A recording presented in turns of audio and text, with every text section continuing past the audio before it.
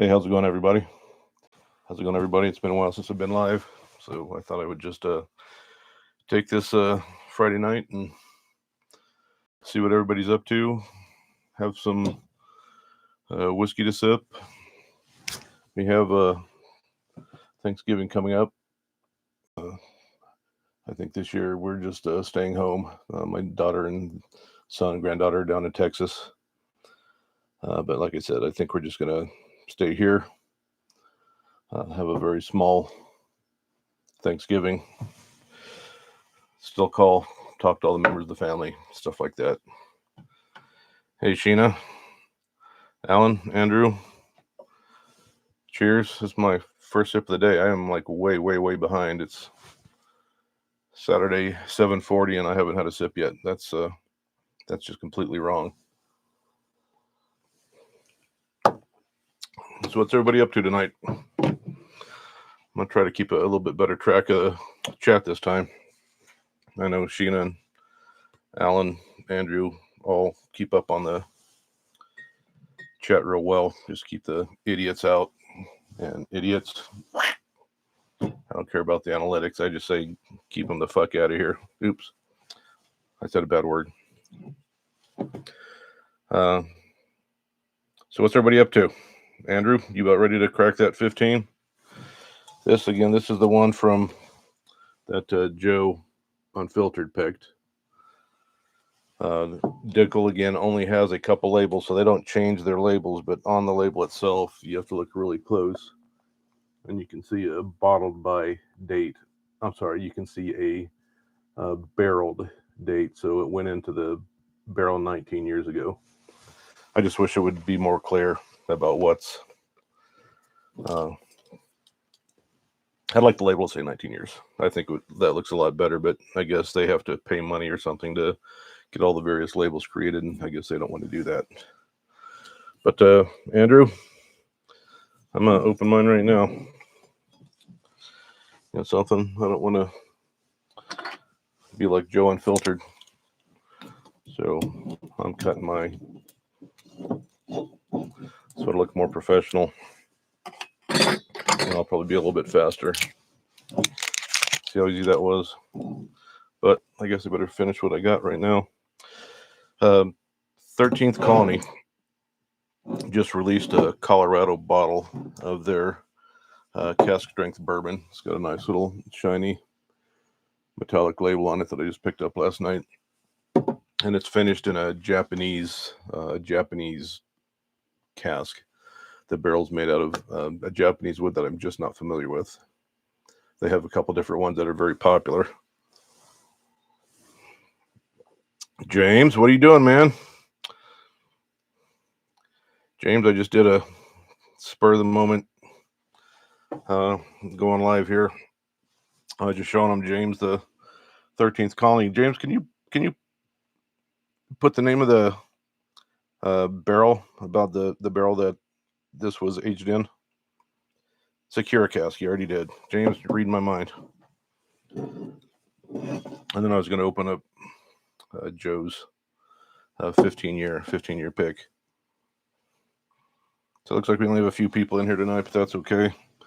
Let's see if I can't angle this down some just to get a little bit more of the bar in. And so far it is not working. And now I see the floor. I don't know. I'm sucking at this. You damn camera. Yeah, that's better because that way you can't see me. So that's probably better yet. Holy moly. I guess maybe I better just leave it the hell alone. Big Daddy Joe's in here. Joe, I just opened it. No, I should say I took the tag off. I cut it off with a knife because I didn't want anybody comparing me to you and having an inability to open a bottle. But anyway, Andrew, I'm going to pop mine open. Ooh, that sounds pretty good. And I've always liked Dickel. I know a lot of people just rant and rave. Oh, you can't do it. It's got a minerality to it. Tastes like a Flintstone vitamin. I took Flintstone vitamins when I was a kid. It didn't taste like Flintstones to me. Ooh, man, that just smells good. So I watched Joe do a review of it, and I think, Joe, did Keenan do a review of this one, or did he do a review of a different one? I can't remember, but I don't know why people just say, "Oh, it's got a minerality. It tastes like a vitamin." I don't like it. I think it's just got a nice, unique nose that if I smell it, I'm gonna say, "Hey, this smells like some Dickel."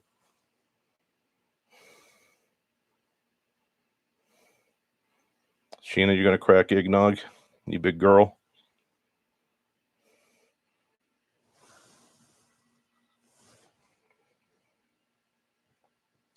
I think it's unique. I don't taste anything. Nothing about the nose or the palate detracts from anything. I just don't get people.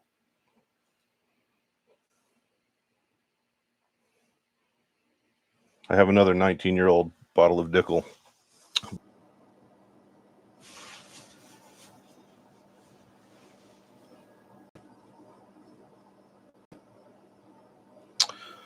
All right, now it says I'm live again.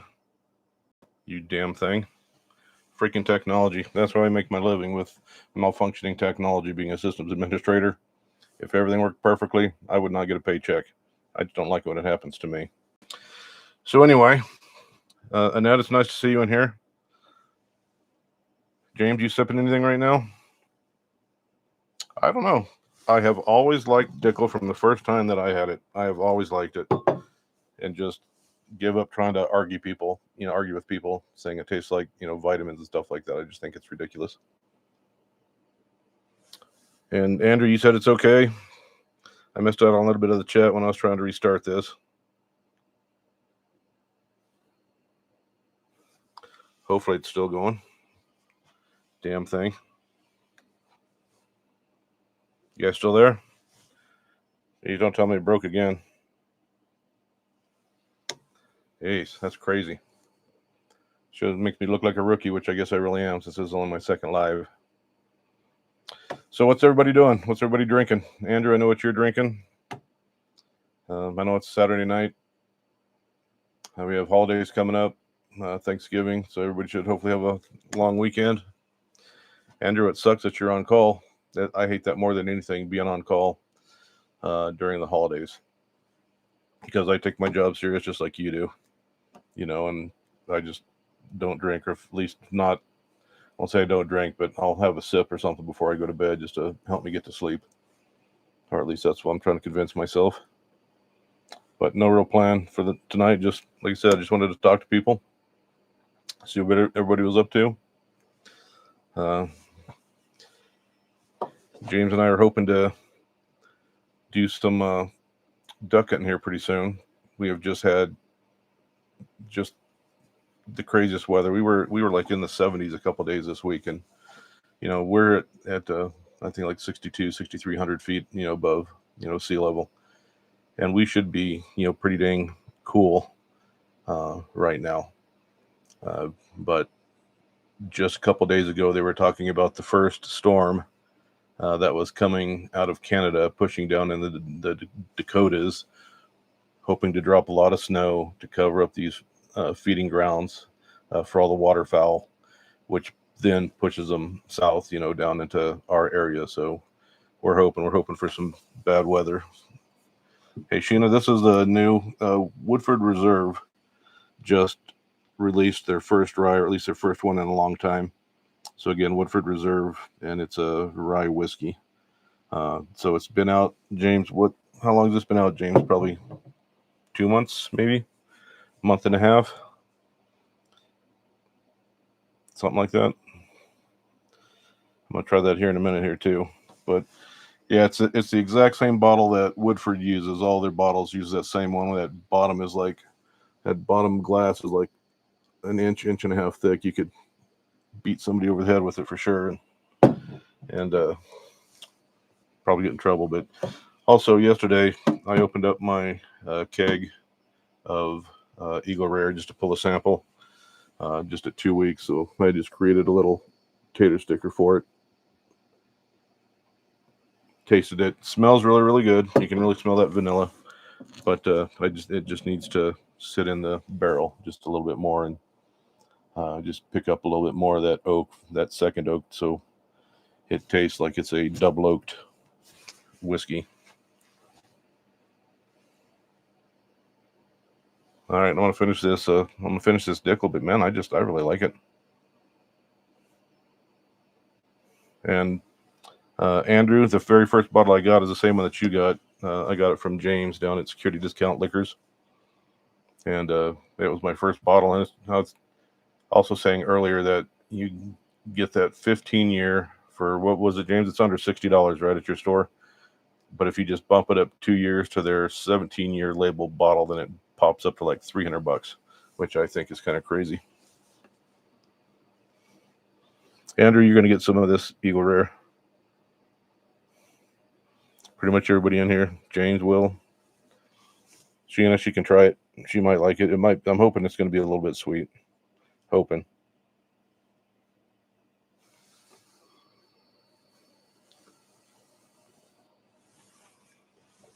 I messaged Joe Waters that I was going to go live. Thought he would jump in here sometime soon. I was going through all my whiskey. I lost some whiskey in my basement, but I just finally found I went to the same place Alan did, since Alan and I live, here in Colorado Springs, and I just had to grab that same bottle long ago. So Joe's is almost empty, but I hadn't even cracked mine yet because it was lost in my basement. Lost in my basement with about 30 other bottles that I couldn't get to. I'd been trying to remodel my basement, and I've got some stuff, unfortunately, stacked up to where, I don't know, kind of makes me look like a hoarder over there. But I had blocked in a cabinet that I just had about 30 bottles in, and I just finally fought through the mess and dug into it and found some good bottles, some really good bottles. So I'll have plenty to drink. Man, even though I dumped that out, man, I did not bring my water down. Dang it. All right, well, I'll flush my Glencairn with a little bit of Eagle Rare. But still got high hopes for it. I think James and we all agreed that on the nose, this smells as good or better than my E.H. Taylor small batch double oaked honey finished. But I'm really hoping, because I like Eagle Rare better than E.H. Taylor small batch, so I'm really hoping that just more time in the barrel. The E.H. Taylor was in there for 3 months.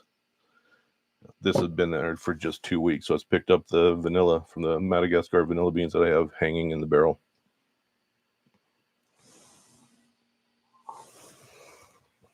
But I don't know what to drink. I was hoping it was going to come out kind of similar. So short barrel is pretty popular. We don't get short barrel in Colorado Springs, so I had to get a friend of mine in Tennessee to send this to me, and they have a yearly release of the Bee's Knees. What they do, though, I can't really show it here.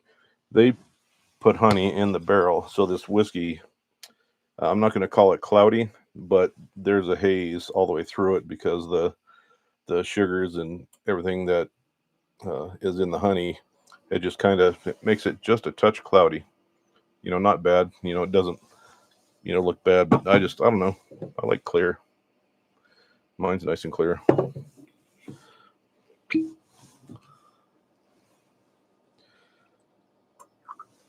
So again, short barrel, the Bee's Knees. This is their 2025 version, 117 proof. Like I said, it's sweet. You get a good pronounced honey flavor. I don't want mine to be quite this sweet. Hey, my sister's in here, Lighthouse Lady.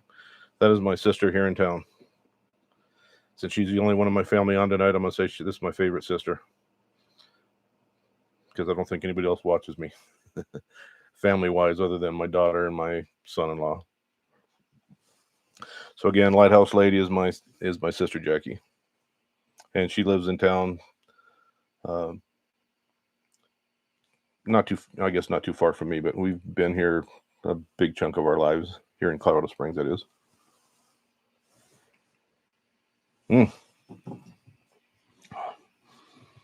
Really good oak barrel flavor in here, charcoal and oak,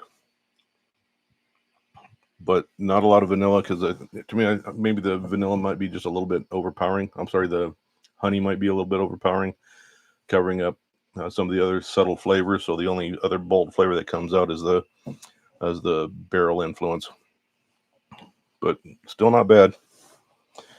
Cost too much. I think it's like $120, about 120, 125 bucks. And I don't think that's I don't know. I'll pay for it. I'll pay for it once, but I won't get it again. I did have to pay some shipping outside of that 118 bucks. But I just trading this for what I will have is a barrel of the Eagle Rare. So what's everybody drinking? Hey, Will, what's going on, man? Nobody's talking about what they're drinking. Sheena, are you done for the night? Andrew, I know you're drinking Dickel. Did you move on to something else? My sister might be drinking wine. What about you, Will? You have anything to drink tonight? Is that your eggnog with no alcohol? Yeah, it was a spur of the moment. Well, I looked down. It's like, oh my first live was like 3 weeks ago. I hadn't posted anything in a while. My job, unfortunately, is coming to an end. And since it's coming to an end, they have me working, or they're trying to get me to work 16-hour days on salary. They love putting people on salary or convincing you to go to salary. And then once you go on to salary, they're like, yeah, we like 10-hour days, 12-hour days. We're like a weekend or two a month, a Saturday or two a month. And I'm just not into that. So my next job, number one, I don't want it to be on call. Andrew knows what that's like. No on call. And I'm sure I'll have to be on salary, but I'm going to have to make sure that there's some sort of an agreement that it's not, 12, 14-hour days and, a couple Saturdays a month, because I'm just kind of over that. What's Alan saying? Yeah, sorry, Alan. One of these days, though, we'll have to have a party. Your first day. Your first day that you can relax a little bit.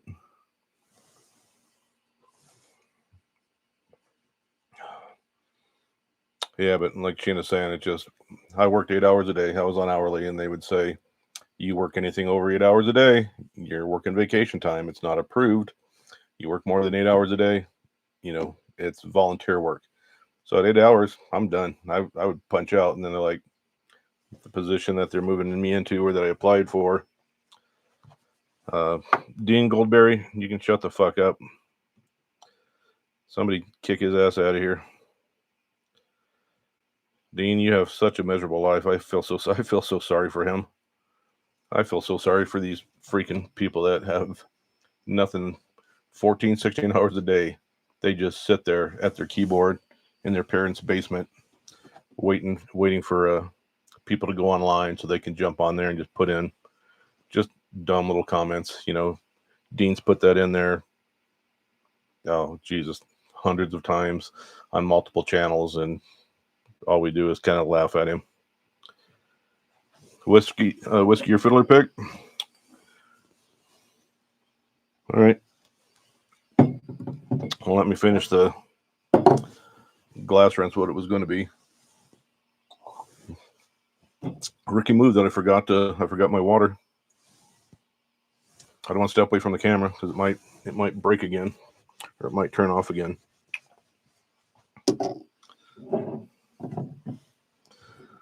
So fiddler it is. And this is when it comes to honey or honey finishing or some of the different finishing that we have or that's available, like Amburana. I have not found an Amburana yet that's light enough that, it's like I'll take a little sip of something Amburana finished, and that's it. I'm done. One small tiny pour. Same thing with maple finished. A lot of maple finishes are pretty powerful, and it tastes in a lot of cases not like whiskey. So I'll do one sip, and excuse me, and I'm done with this ASW Fiddler pick by Keenan the Whiskyer and Brandon. It's just so subtle. I think I said this last time. It kind of flashes on my nose, little flash across the palate. But I had to use a different cork because the first time I opened it, the cork broke. So now I have a cork in there that's so flipping tight that kind of hard to get out. It's an odd size diameter opening in the bottle because I have like, I don't know, a few hundred corks, and I just could not find one that fit well. Various sizes. Hey Jerry, what's going on? Hey, my nephew is in here also. Oh, hey, there's Queasy also. Sorry, Queasy, I thought that was my other nephew popping in because he kind of pops in saying the same thing. Yeah, I got to do better. Like I said, I just decided to go live real quick, and I just reached out to a couple people. I don't feel right putting that I'm going to go live on Keenan's Patreon, for example. I'm sure he probably wouldn't care, but I don't know. I don't want to abuse, that right. Again, being on his Patreon. Well, I'm, they're probably about the same. So I got 2 Fiddler picks. I got 2 Onyx and Amber picks so that I could just really visit the bottle. You can see this one's, I'm into it a little bit, and I think the Onyx and Amber. Unfortunately, the bottle is black, so you can't really look to see the level that you're that you may be at. Hey, David, thanks for reminding everybody. Half the time, a lot of us are moderators for several different channels, and we constantly tell people, hey, don't forget to hit that like and possibly subscribe. And then I'm sitting here on whether Joe Waters or Keenan's and Joe Unfiltered, and somebody will say, don't forget to hit the like. It's like, oh crap, I didn't even hit the like. So I appreciate it when somebody says that, because like I said, I even find that I slip myself. Let's see real quick here. I'm just trying to do better. Last time, I don't know what happened last time in. The chat was just going and going and going, and I just couldn't focus on it without not looking at the camera for quite a few minutes and such. This Fiddler, man, like I said, that subtle vanilla. It is my first ASW product. ASW that makes Fiddler. I've heard of ASW. I don't know if James is still in here, but I don't see Fiddler on the shelf here in Colorado.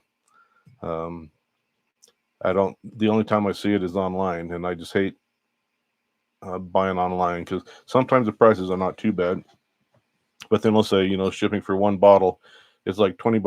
Or I went to buy a bottle a couple days ago, and the shipping was $29.99. It's like, wow, it's great. It's a bottle that's $80, and then they want $30 for shipping, and it's like, yeah, I just can't do that.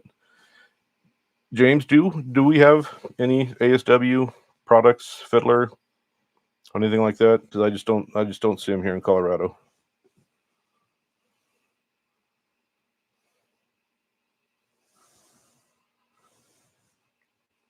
Alan, which margarita mix did you get for your mom? And hi again, Annette. Trying to get Joe in here, unless I missed him. So my sister says she's drinking some wine. Andrew, I've been 21 for a long time. So over that long time, I've just been buying bottles. And then having a friend like James, who owns his own liquor store, that probably doesn't help my restraint at it in any way, shape, or form. But it was pretty neat because James's store at Security Discount Liquor, my dad used to buy there, in the late 60s, James has told me when the store had originally opened, and I just can't remember the year it opened or when his parents originally bought it and took it over. But it was just pretty neat because, and I may have said this on my last live, that I used to go in there with my dad, and I'd be the kid at the counter getting a sucker. Back then, like they're dum dums now, but back then the suckers were like they were round, flat, and they didn't have the cardboard stick. It just had like this waxed loop of string. Uh, and it was pretty neat because they were still firm, but it was just like a wax string with a loop of string. And then I started taking my kids in there, and they were the kids at the counter getting suckers. And then my daughter, as she was old enough and had my granddaughter, she was taking my granddaughter in there. So literally 4 generations of my family have been going to Security Discount Liquor since, like I said, I keep trying to think in the late 60s, 1968, 1969, but I'd have to have James confirm that. And it just happened that I met my wife in Colorado Springs, where I lived and where she worked. And so I just happened to get a job as a warehouseman at the same company, and, things progressed, and I was living there, and she had a house here in where we are now, and the taxes here were lower. So I just gave up my place and moved in down here, and it just thinking, okay, hey, I moved in a new house, time to get something to drink, to celebrate. I'm like, oh shit, I can go back down to Security Discount Liquors where my dad used to go. So I thought that was pretty cool.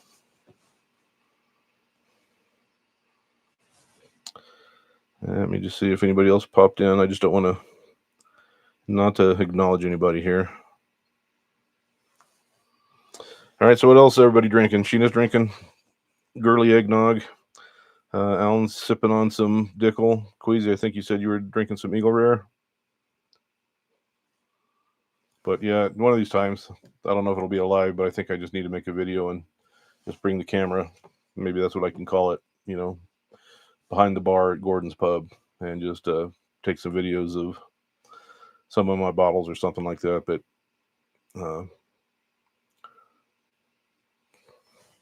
I just have them in so many different places. I have them here, and I have them in my bedroom, and I have them under the stairs. I have lighting under there and shelving and stuff like that. It's just right behind this wall is my, under the stairs. Then I have them in some cabinets in the laundry room, and then I have them some cabinets, over in the other part of the family room. And I just got to try to get them all together. But I've seen a few videos. I know Keenan had done a video on everything that he had. I don't know if Joe Unfiltered has done a video like that, but anyway, get back to this fiddler here.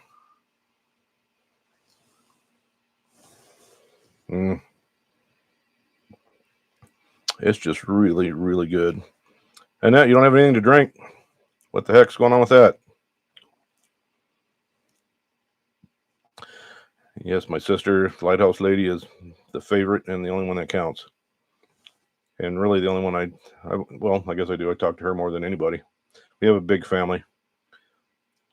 Some of the family we claim, some we don't. Some of the brothers and sisters we do. Some of the brothers and sisters we don't. But I think everybody has members like that in the family. So what was Steve saying, Sheena? Dean Goldberry owns Al Gordon. Yeah, I remember I said one time in Joe Waters live that I'm in Colorado, and then he pops in and is like, you're in Colorado. I know all about you're in Colorado. I own you. And it's just such a funny statement. He repeats something that I said, not like he did anything investigative or anything like that, but just has to just say something stupid like that. All right, Dean, you can send a pizza over here. I don't give a shit. We don't know. We don't answer our door after 7 o'clock anyway, so I don't care. Send a pizza.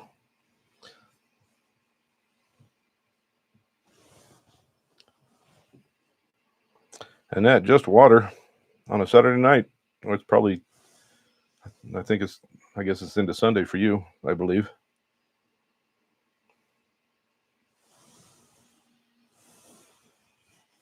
All right, I'm going to set that one aside, just create a little bit of space. I want to show everybody something. I think most people may have seen this bottle already, but I just want to show it just because I think it's funny. So I do not drink Jack Daniel's Old Number 7, but Jack Daniel's, for some reason, got approval to have a bigger bottle. So, we have like the 750s, the 1.75s. So here's like a 750 of Jack Daniel's. But they got this permission to fill and sell these big 3-liter bottles. Big 3-liter bottles. So here's a 750. And then I don't have a 175. I have a 175 of a 1.75 of Eagle Rare. And although the Eagle Rare may look as big, the Eagle Rare is half of this one. So it would take 2 of these to fill one of those, and I think 6 of these. But I mean, that is just a massive bottle. You could just have some use it for home defense or something like that. But I have several 1.75s that I just like to keep together. But when I saw they had this 1.75 or 3-liter, I thought it was pretty funny. Let's see, what are you, James? James, you're drinking that Glendronach that we had last night. Glendronach Scotch, 15-year from last night. It is so good. I know a lot of people are whiskey drinkers and don't like Scotch, but we have a lot of people that are in our group, around Security Discount Liquors, that have always said that they weren't Scotch drinkers, and that to them Scotch tastes like Band-Aids or something like that. But James and I and another guy named Zach, that's part of the group, will bring a Scotch and they'll taste it, and a lot of the people in our group now, like last night, it would be me, James, and Zach, like I said, just drinking the Scotch. But I bet you 4 or 5 other people tried the Scotch before I even got to try it.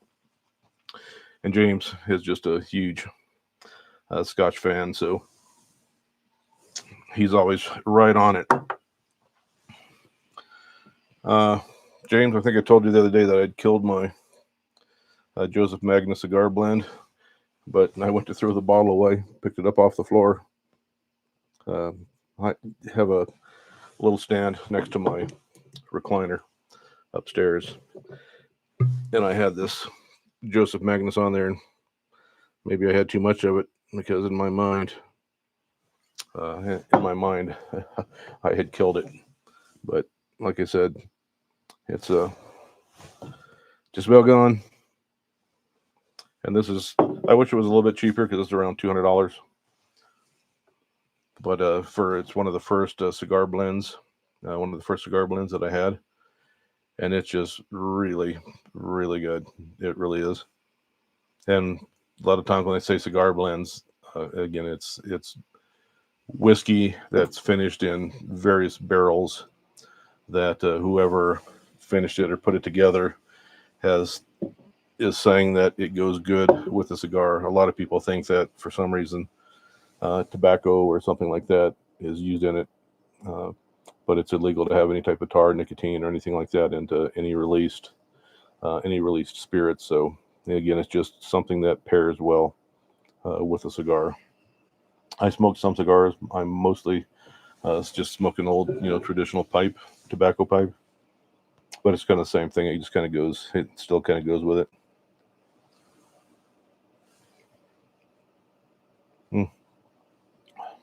It just has just a pleasing taste. It's kind of odd because I would say that even there's just not a great profile difference or between this and the Dickel pick that I tried just a little bit ago, how the Dickel has its own pronounced profile. You're saying that the water that they use is filtered through limestone water, and it picks up some of those minerals of the limestone as it's filtering through it, and then again, Dickel will draw that water up and use that in every step of their mash. So they do acknowledge that their water is higher in mineral content, but again, I just don't mind it. All right, now what's everybody drinking? Anybody change up? Everybody still having the same thing? Yep, Sheena Cigar Whiskey. It's to be paired with a cigar, and like I said, there a lot of times it could be Armagnac barrels. It can be like Pedro Jimenez cognac casks. Some different, usually darker wine casks. What are some of the other ones, James? Some of the other barrels that are commonly found in a cigar blend. Usually, like you said, they're darker, lots of cognac, sherries, Armagnac, which again is one of my favorites. One of these days, I think I'm gonna have to do a special just on my Bacta and the whole Armagnac series. Queasy, I love me a 107. So I have, like I said, I have so many. I have 3 bottles of bourbon that are finished in different barrels. Like one is finished in a French oak barrel, one is finished in an Armagnac barrel, and then one is finished in an American white oak barrel. But then they will, after they're aged in those, they will age them in a Bacta Armagnac cask. And I'm not a cognac person, I'm just not. Cognac is sweet. It's made from grapes, or it might be made from apples and pears, but it's a brandy. Different types of brandy, they're typically sweeter. And the first time that James had even offered it to me, I didn't want it. I'd never bought a bottle of brandy ever. And so when I finally tried it on James's insistence, it was such a unique flavor. Sweet, yes, but it was just such a unique flavor that it really caught me off guard. And ever since, I think bottles of Armagnac constitute the largest single distiller or non-producing distiller finisher, because I probably have on the Armagnac, I think last time I counted, I was between 35 and 40 bottles of Armagnac. 30 to 40 bottles of Bacta with various ages and finishes and things like that. So it's pretty good. Sheena, I do like, well, before I say I do like rum, Sheena, yeah, thanks, James. Tawny Port, Madeira, and rum. Madeira cask finishes are awesome. They really are. So here's a brand. So River Roots is a NDP, non-distilling producer. So they buy barrels, from MGP and a lot of other distillers that say, we're going to distill for us and we're going to release things in our own name. MGP is Penelope. MGP bought Penelope. They used to provide the barrels to Penelope, or Penelope would source from MGP, and they would finish them, in various ways. So River Roots, again, is another non-distilling producer, and they finished this rum. It's called Rumpelstiltskin. Sheena, if you heard me, Rumpelstiltskin. And it is a rum finished in several different whiskey barrels after the initial aging. And I haven't bought a bottle of rum. I bought James, I always forget the name of that Portocana. I can't remember the name of the rum, and it was a pretty good rum. I'm not really a big spiced rum fan or anything like that, but this River Roots rum, and since Sheena reminded me, I am going to have it. Yeah, can you see? You see Rumpelstiltskin on the label? He's a mean-looking little troll.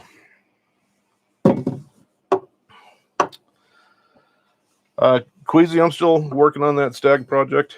I had kind of hit up the group that provides bottles, because I'll just mention it, and then people will start throwing me bottles of like the E.H. Taylor small batch and the Eagle Rare and stuff like that. And so I kind of said, hey, how does everybody, what's everybody think about doing a stag double oak honey or something like that, which again, it would be 13 bottles of stag would go into the barrel. And only a couple people came back to say, yeah, I would like to do that, because I mean, I have 13 bottles of stag, but I'm not, because I don't really charge anybody. You know, they provide me the barrel. I have the honey because the honey from my hives and stuff like that. The barrel I'll probably use 4 or 5 times, but I've just found online, because like a lot of barrels, they'll use them once, they'll use them twice, and they'll say that they're spent. And then, so I found this kit to where you actually light this piece of oak and you put it in the barrel, and this piece of oak kind of burns almost like gunpowder or like a flare, and it helps to recooper or recondition is the name that they use. Recondition that barrel, and you can use that. You can recondition it several times until maybe finally the barrel loses integrity because the wall, the staves that make up the barrel, become too thin, and then it just won't hold. It just won't hold liquid. So let me just catch up here. So Queasy, that's where it's at now. It's not dead, but we're still just trying to get more people involved. And normally it's just people here in town. We have a couple pretty good bourbon groups that just get together and talk. I've one bourbon group that I'm a member of, Colorado Springs Whiskey Club. I keep saying bourbon, but Colorado Springs Whiskey Club. I think it's got a membership of almost 900 members that are, like, say, from Colorado Springs up to Denver, maybe down to Pueblo and stuff like that. But they're doing, a lot of barrel picks and stuff like that. So I reach out to just a very small set of them, the people that I interact with the most, and just to gauge their interest in, just in like into a project like that. Because I would like to do something bigger, but my next barrel size is 35 gallons, and that would be I don't know, 100 bottles or something like that. And it's kind of hard to come up with 100 bottles of stag or something like that. But currently, I just have some of my own stuff that I'll just say that it gets created around here that I put in there to age. But yeah, Andrew, wouldn't that be pretty cool? And I don't know, I just thought about it, but most of the bottles that I have of stag are the stag that still have the junior in the little gap of the G. And those are, like I said, I think those are back to 2021, early 2022. Usually the age, even though it's not age stated, the age is believed to be longer. The proof seems to be higher. It's a better, cherry forward type of flavor on the palate. And some of the new ones, like, I don't know if they rush them out or if they're just taking barrels that don't qualify for the George T. Stag, Stag Junior's daddy, and put those in to the stag. But this year we only have 2 stag releases. Typically we always have 3. Last year there were 4. Most of the people that are on here already know that, so I'm not trying to educate anybody, just kind of saying it. But let me look here real quick.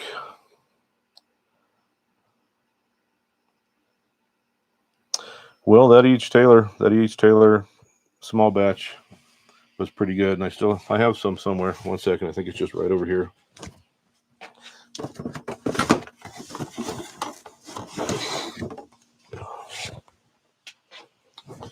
Like I said, I have stuff everywhere, but I have a stamp that it's a B stamp, because I will bottle my honey, and But like I said, I have some.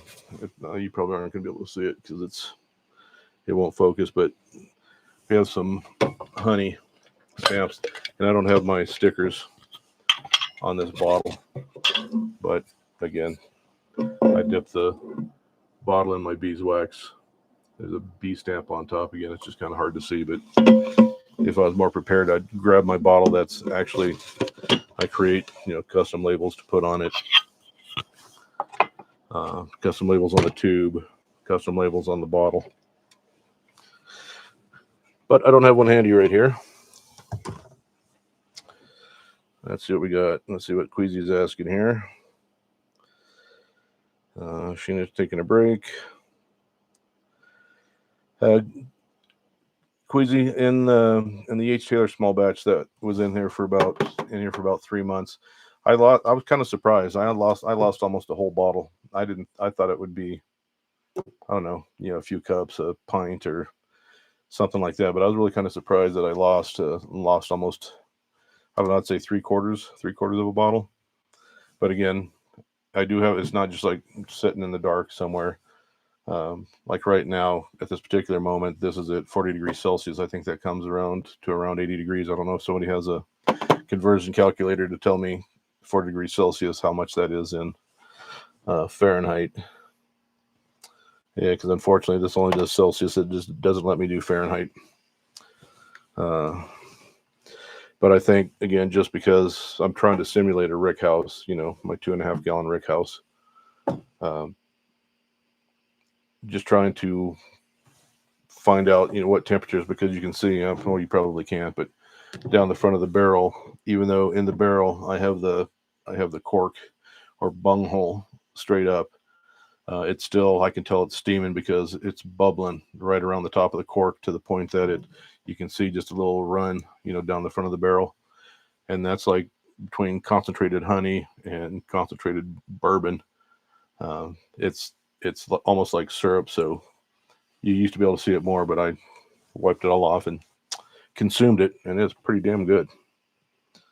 But I'm going to try to put together some 2-ounce samples of what I have left of the H. Taylor, and then I'm going to do some for the Eagle Rare. It's a bottle. This bottle here is a 350, and I'm going to try to do some 100 ml, which is 3 ounces, and just put some stickers on them, and then send them out to most people in Keenan's group, and Joe Unfiltered and Whiskey and stuff like that.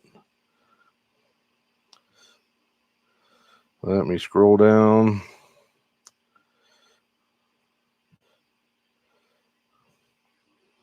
Yeah, it looks like I missed a lot.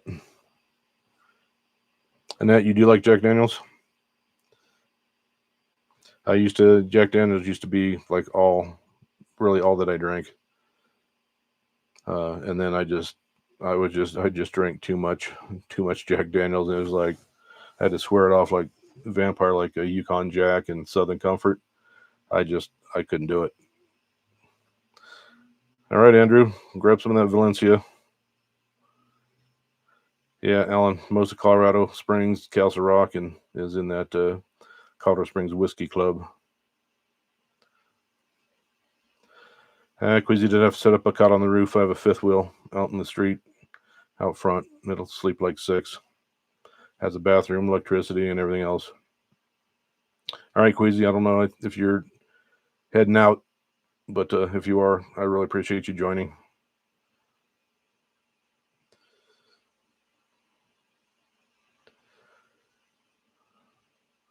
All right, just trying to catch up here. I don't want to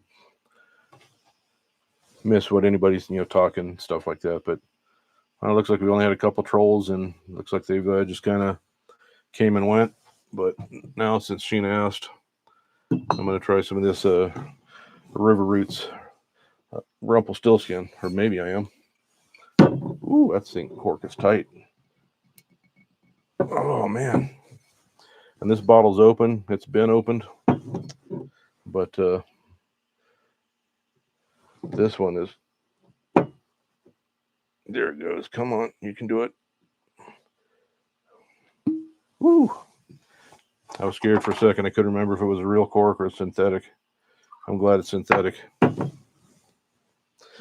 because I have so many bottles, originally I thought synthetic corks, kind of sucked, that, people were not, honoring, uh, honoring the tradition of whiskey and stuff like that. But after so many broken uh, traditional corks, it just really, really started becoming frustrating, and I've had a couple synthetic corks where they just, that plastic lid would pop off, but I could still get them because the cork doesn't break. So I still have enough to sticking out of the bottle. I can be like the old pirate since we got rum and, just rip the cork out and do it that way.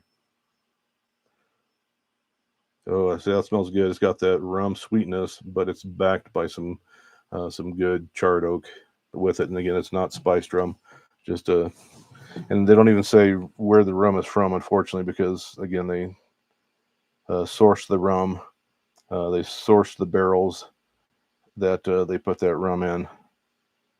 But that's the best. I have to say, that's the best rum that I've probably ever had, and the best that I currently own. I wouldn't use it in any type of tropical drinks. Whenever my daughter comes out here, my daughter likes to have, just different, daiquiris and stuff like that. So we'll use a lot. We'll make a lot of, tropical drinks, but that one will not go in it. That's a straight sipper. That's the word I'm going to use. Straight sipper. So what else we got going? Let's see. What's Annette need to try? Yeah, Annette, go ahead and throw that link here. That's fine with me. I'd like to check it out, and I'm always interested in seeing some new stuff. And like I said, a lot of times I can see if James can get it. A lot of times he can, and sometimes there's actual legislation where he can't. So Joe Waters has this bottle. It's a E.H. Taylor. Can you guys remember? Joe has that E.H. Taylor, but it's that big 1.75 liter bottle. It's not any of the E.H. Taylor bottles, but it's old. Is it Old Taylor? I think might be what it is. And I tried to get some. I tried to get some here in Colorado. Had it in my cart. Hit ship. Put in my address. And stuff like that. And then about an hour later, I got an email saying, based on the delivery address, we cannot ship this to you. Even though we get all kinds of E.H. Taylor and stuff like that, some of these products are only distributed to a few different states. Hey, there's Big Daddy's back. I think Queasy calling him J Diddy, but I was gonna call him Big Daddy. But yeah, like I said, it's the only bottle of River Roots. River Roots has some fantastic bottles. A lot of them can end up being pretty pricey as well, but the River Roots Rumpelstiltskin whiskey barrel aged rum is just, gosh, it's just awesome.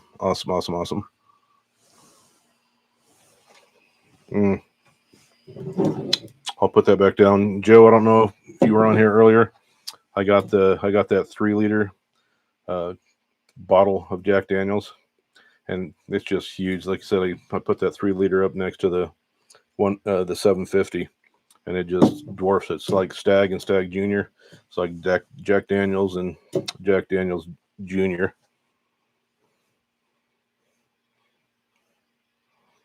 Oh, I think Joe and Filter's ignoring me because Queasy's in the house. But let me get rid of that one. Somewhere, gosh, I'm running out of space. So I don't know what I should try next. This is one of the latest Penelope releases. It's there.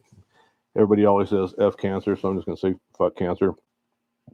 It's a pretty good bottle. They have 2 bottles released. One has a black label, and it's, I think, around the high 80 proof. This one here is about just under 115, just about 115 proof. So I think I'll try that one next. Oh, Joe's still trying.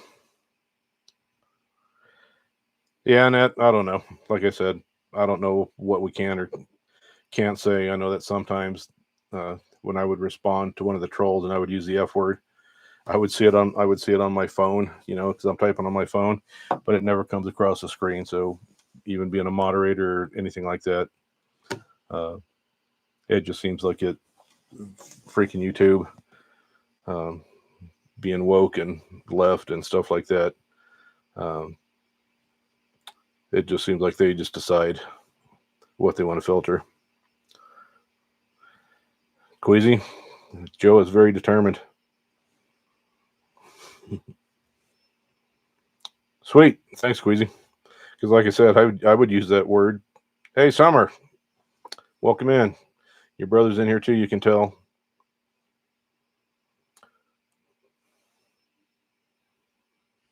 Man, that I'm telling you, that Rumpelstiltskin is just such an amazing bottle. And I got to try it first, and that's the neat thing about a lot of these. You hear me talking, and Alan and a lot of other people talking about these different bourbon groups, or even Joe Unfiltered's, subscribers, or Whiskey or subscribers and stuff like that. A lot of us are here in Colorado, and we get to try a lot of things. I used to buy a bottle because somebody said it was good, or I thought it was good, heard some good things about it, and I'd buy it, and it was just terrible. And so I just set those bottles aside and had people coming over. I'm not going to call them friends. People coming over to have a drink, and instead of giving them my good stuff, I'll give them the stuff that I regretted buying. But since these groups kind of getting back to that, and so many people bringing in different bottles to taste, you so often now you can taste what you think you might want before you go out and buy it. And so now the money that I was going to say wasted on whiskey has just it has just plummeted, because again, so many people share bottles. These different get-togethers. There could be 30, 40, 50 bottles, and maybe you've had 25 of the bottles, but chances are 25 of the bottles that you haven't had. A lot of people travel, get them from other states, buy them online. And it's just, like I said, it's just really cool to get to try something, to say, oh, hey, I wanted to try this. I've always wanted to try this. And you get to try it and you say, heck yeah, I'm going to go home and I'm going to order it right now. Or you can say, great, I appreciate you, sharing that with me, and then decide, no, I'm not going to spend the money on that bottle. It's pretty cool. So I'd encourage, I think pretty much everybody in here is in one bourbon group or another, YouTube channel, Patreon. Andrew, I would encourage you to see what's available down there, or not down there, up there, since you're north. I would say the state, but then AJ and everybody, then they would pop in here and say they owned you too. Quiz, are you still at work? I know you were at work last night, so I don't know if you sound like you work Friday nights. Hopefully you don't work Saturday nights too.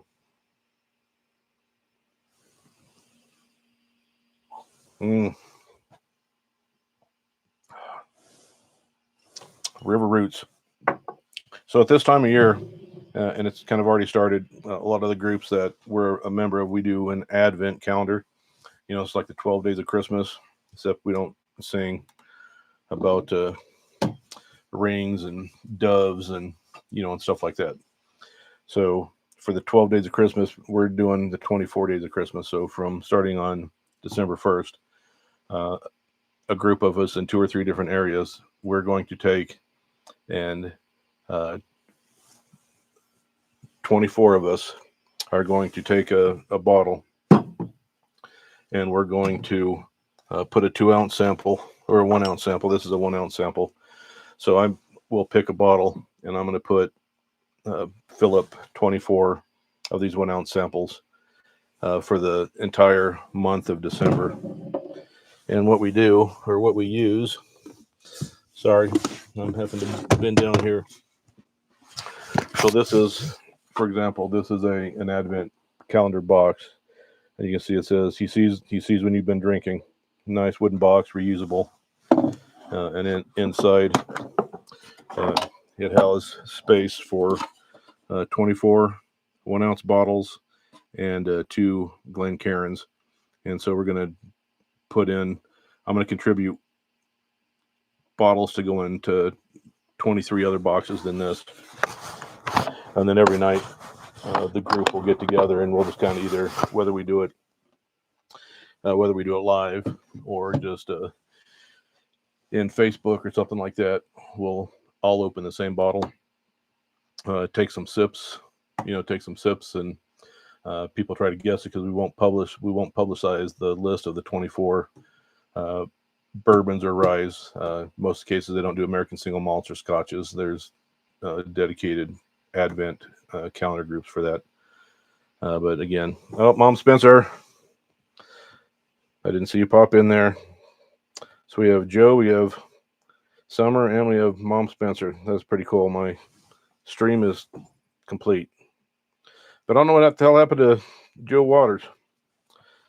Maybe he went to bed early or something like that. But again, if people have the opportunity to get into some Advent calendars, it is pretty neat. Just like I was saying a minute ago about sampling bottles, and then you say, oh, again, wanted to find out if I wanted it.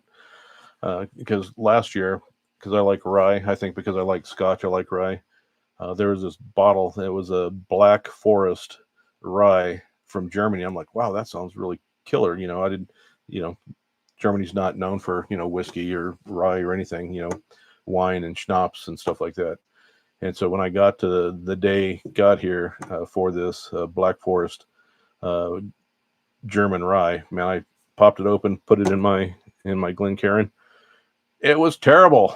It was bad. It was so bad. I would have felt so bad if I would have bought that bottle. I would have hated if I bought that bottle. It was bad. And then when I go to talk to other people, they were kind of saying the same thing, that it was terrible. So I wasn't alone. And it was dark, and I thought it was going to be really good, but it was terrible. And not that I could have bought it because I've never seen it. I don't know if Germany or the distillers in Germany distill enough to ship internationally or something like that, but it was bad. Yeah, James, tomorrow again, 7 degrees. So the weather changes here in Colorado quite a bit. And so I looked at it, and it was supposed to be a cold day. So here I've got my insulated flannel on. Put on my insulated flannel, put on my jeans. I wear shorts until it gets down to about 15 degrees. Once it hits 15 degrees, then I'll switch over to pants. I just like shorts. But so I put on my flannel. I put on my jeans. Put on my duck hunting coat. Out the front door to run some errands. I got out on the front door, and it was like 72 degrees, and here I am dressed up like the Michelin Man, like that little kid on the Christmas Story, Ralphie's little brother. I go outside, it's just like, and I check the weather. It was just crazy. So I need to pour something else. Oh yeah, F cancer. But talked about samples and stuff like that, getting samples from people. Man, I have hundreds. I bet you I have 100 samples. I owe Andrew some samples. Some of these might be Andrew's samples, actually. But a lot of people, it's like, hey, I'd like a sample of your bottle. We're not together drinking or something like that. So I'll give them a sample. They'll give me a sample. And so I probably have a couple hundred samples that I need to get through. Yep. My wife asking who I'm talking to, so let me tell her or remind her that I was doing a live stream. Modern technology. Dear, I'm on the live stream. Smiley face. Been married over 35 years. Hoping for, if I could get 35 more years, that would be great. But we're old, so we're going to take what we can get. So again, the fuck cancer bottle from Penelope. I don't know a lot about the juice other than I know it's MGP because again, MGP sold barrels to Penelope. Penelope did so well at finishing these dozens of bottles. You guys know how many bottles or types of Penelope are out there. That MGP said, geez, they're taking our products and they're making fantastic products and selling them. And so MGP just started buying some of the companies that they were selling to or sourcing their whiskey to primarily.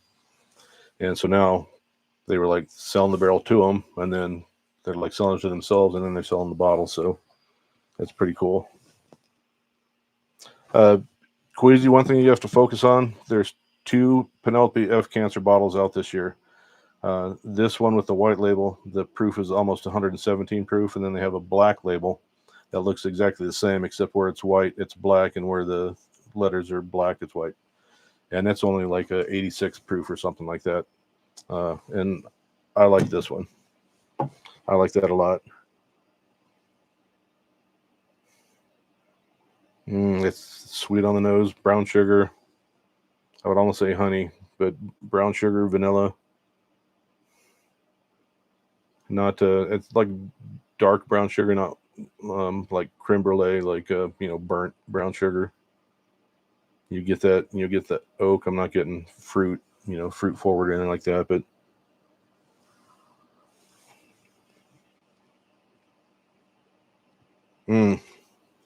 it's pretty good. I made a mistake, and I only bought one. I should have bought 2, but I might grab. James has the black label. I might grab that one because again, I try to balance some high proof bottles, say for Friday and Saturday and maybe part of Sunday. But a lot of the bottles that I get will be a lower proof. It's Saturday. I don't have any low proof bottles up here right now. Most of these are, like I said, 120, 115 to 120. I guess is my sweet spot. I like some nice hazmat that'll might be 140 proof, 150 proof. Joe Unfiltered and Matt and another friend of mine, member of one of the local bourbon clubs. We went up to Boulder Spirits, Boulder Distilling up in Boulder, Colorado, on Saturday, just doing a tour. And Joe Unfiltered has posted a video just within the last couple of days of our experience at Boulder Spirits, and what a good time. But they had a bottle there that was like 162 proof, 162 proof, 161. But when you drink, I mean, that's like Everclear. Everclear has, is in the 160s all the way up to 180. But when you take a sip of something that's 180 proof, first of all, you can't talk because you go to breathe in and your lungs say bullshit. You're not breathing in. You're just like, you have to like breathe in your nose and out your mouth a couple times to get some of that alcohol off your tongue, but it will light your tongue up. And sometimes if you drink, maybe a couple Glencairns of it, it will, I don't know, I'd say it's almost like will burn my tongue. Like if you drink some coffee that's too hot, or maybe hot chocolate in Sheena's case, that's too hot and it kind of scalds your tongue. Proof that high can alter your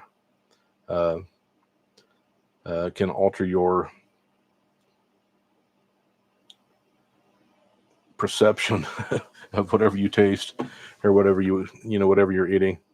Hey, Joe Waters, nice to see you in here. Sorry, I've been trying to pay more attention to what's going on, in the chat tonight. We had some of your buddies in here earlier, but I think Sheena pretty much kicked their asses to the curb. F them. And Sheena, let's see what you're saying. Friend James probably. No, Sheena, James knows exactly what's going on in the chat. And he's good friends with Joe Unfiltered. Queasy, sorry for nothing. No, my stream is better, Queasy, because you're here. Yeah, Joe, they were here. They own me, by the way. They own me, and they own you. They repeat things that we say in the stream and say it's secretive. Oh, we've been investigative, and we got all this information about you. We own you. And they said there was a pizza on the way too, Joe. I haven't heard my doorbell though. But I have a security camera, and oh yeah, like Andrew just said, they sent me a pizza too, but I don't eat pizza, so I don't know why. I just never been. I've never been a pizza fan. I don't know why. I like Italian food, but I don't think we've ordered a pizza to our house in probably 15 years, and that's when my son and my daughter were here, or my granddaughter was here, or something like that. Joe, quit picking on Queasy.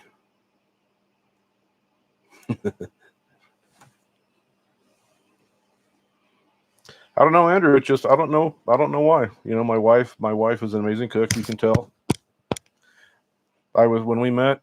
When I met my wife, I was pretty damn thin. I was pretty damn thin when I met my wife. But she chased me and chased me, and you know, I ran a little bit because I could run back then. And then she'd just like message me and say, "Hey, I put a plate of food. I put a plate of food out in your truck." And so I'd like zip out of the factory where I was working, grab that food, go throw it in the refrigerator, in the lunchroom, and then at lunchtime go back in there and open it up, and it was like beautiful, pork chops and spätzle with brown gravy and hunter sauce or something like that, and just some amazing meals. And so she was that whole, the adage from long ago, the way to a man's heart is through his stomach. Well, I guess it worked for her because she's, like I said, she's an amazing cook. She's got a German background, and she likes to, some Italian influence. She'll make a lasagna from scratch and spaghetti and meatballs from scratch, and German rouladen, which is one of my favorite meals. But any pork chops, meatloaf, just about anything. So I'm trying to be a better boy now and cut down what I'm consuming and stuff like that because I'm getting older, as my doctor says and has been saying. Every time for your age, you're doing good here. For your age, it's like, dang. They start throwing that shit out there. For your age, is like, for your age, maybe you should look for burial insurance, or you want some coupons for the pens or something like that. I'm waiting for them to start throwing that shit at me. Then I'm gonna have to get a new doctor.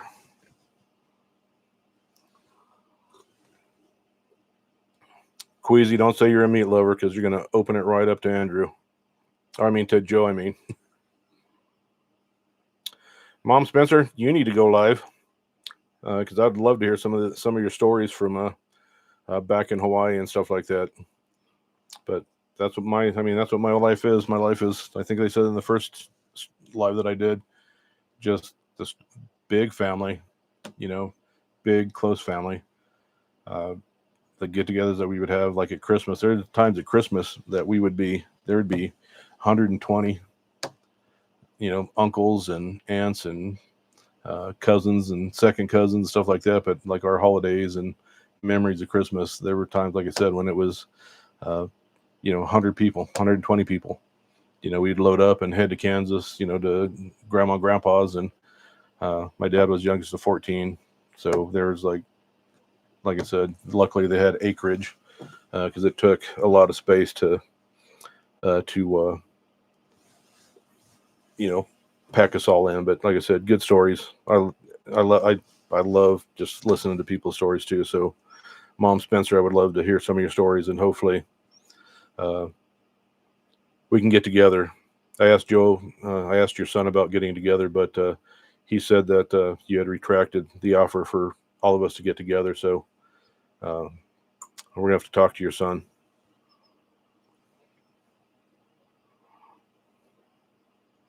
Just reading some chats here real quick. But Mom Spencer would love to get together, this spring or something, sometime when it's just beautiful weather and cooking and drinking. Because I was telling, so my daughter, I know it's kind of a tangent here. My daughter likes wine. So I was a member of a wine club for several years. And also under my stairs and just around the corner, I have like 250 bottles of wine that I will never drink. So I was going to bring up like 100 bottles of wine. I'll contribute 100 bottles of wine to Mom Spencer's barbecue if Joe allows us, or maybe we just have to not invite Joe. Joe can go do something else, and we can have a nice barbecue. But man, I've been trying to get rid of cases and cases of bottles of wine, and maybe I need to talk to Alan. Alan, maybe does your wife drink wine? Possibly, because if she does, I could get her several cases of wine. Queasy still talking about meat lovers. Summer, you got hot flashes from wine? Darn it. I wonder if it's just red wine or if it's all wine in general. I know, Mom Spencer. I'll have a glass of wine, like I said, with my wife's lasagna or spaghetti or something like that. But I'm just not a wine drinker, and I've made and bottled. I bet you I've made thousands of bottles of wine. Make it 15 gallons at a time, which is 30 bottles.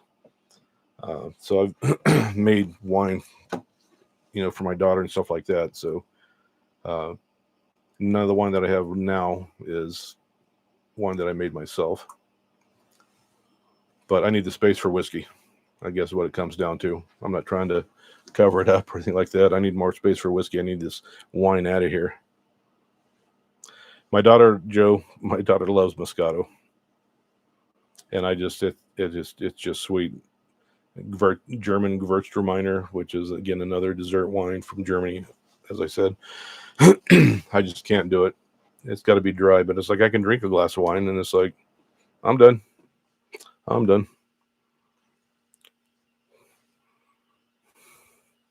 Yeah, if you see that white label Penelope, the 117 proof, I'd say get it. I think it's like $89 or something like that, which isn't too bad.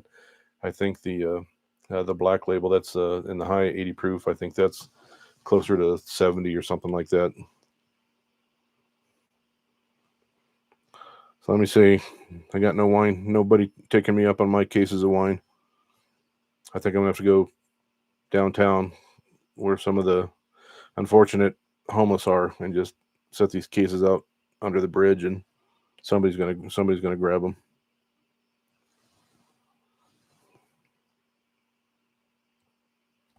$9,000 bottle of wine.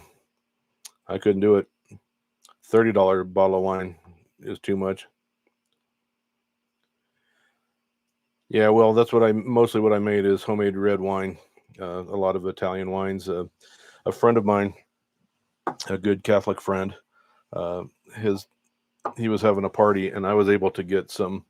I was able to get some grape juice from Israel, and I was able to make him 60 bottles of wine using this grape juice from Israel, and he just really appreciated it, made some custom labels for it.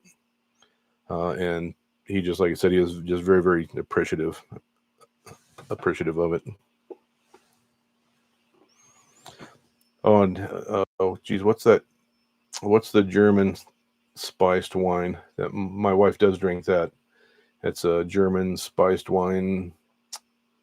Oh my gosh, I can't believe I forgot what the name of it is. Alan, I could turn it into some brandy. Yeah, it's mulled wine, but it's the German. It has the German name for it.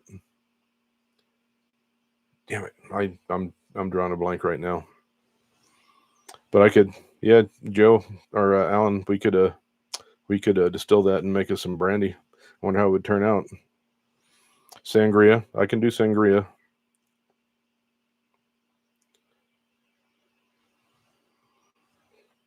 Queasy, you better stop drinking wine.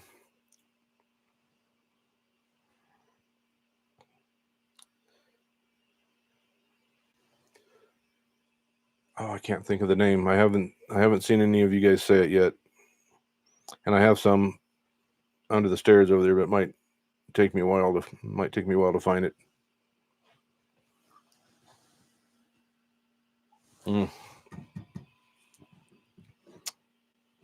Glühwein. Annette, thank you very much. Gosh, it was driving me crazy. I hate when I can't think of something. But Glühwein. And my wife likes to put cinnamon sticks, clove, and slices of orange. Thank you, Annette. I can't believe that I just could not recall it. As my doctor says, given my age, I guess I'm happy that my brain is still working. I don't know what I should try. Oh, again, like I said, this Sheena had asked about this Woodford Reserve. There are a lot of Woodford Reserves out there, different cask finishes, different proofs, and such. But this is the first rye, so I was able to get a couple bottles. And like Joe had been saying earlier, just a little bit of splash up on that cork. And that's an actual real cork.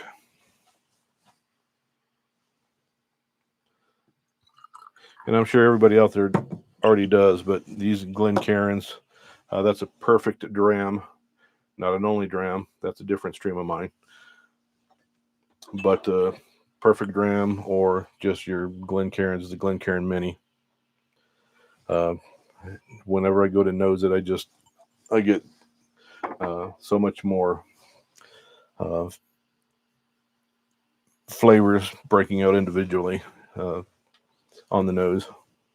But like I said, I like this perfect dram glass. And this is again from the Colorado Springs Whiskey Club that I'm a member of, Colorado Springs Whiskey Club. So I said I'm in Colorado Springs, so Goldberg or AJ, Joe Waters will pop in here and again say, I know you're in Colorado Springs. I own you, and here's a pizza. Dickheads.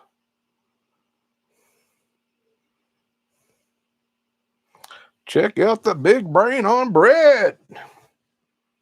I'll have to send you a tater sticker picture, Joe, that had another Pulp Fiction reference on the tater sticker. It's pretty funny. I'll take it, Joe. Like you said, take it. Let them talk for like 30 seconds, which they can only come up pretty much with one quip. They'll put that in there, and I'll read it.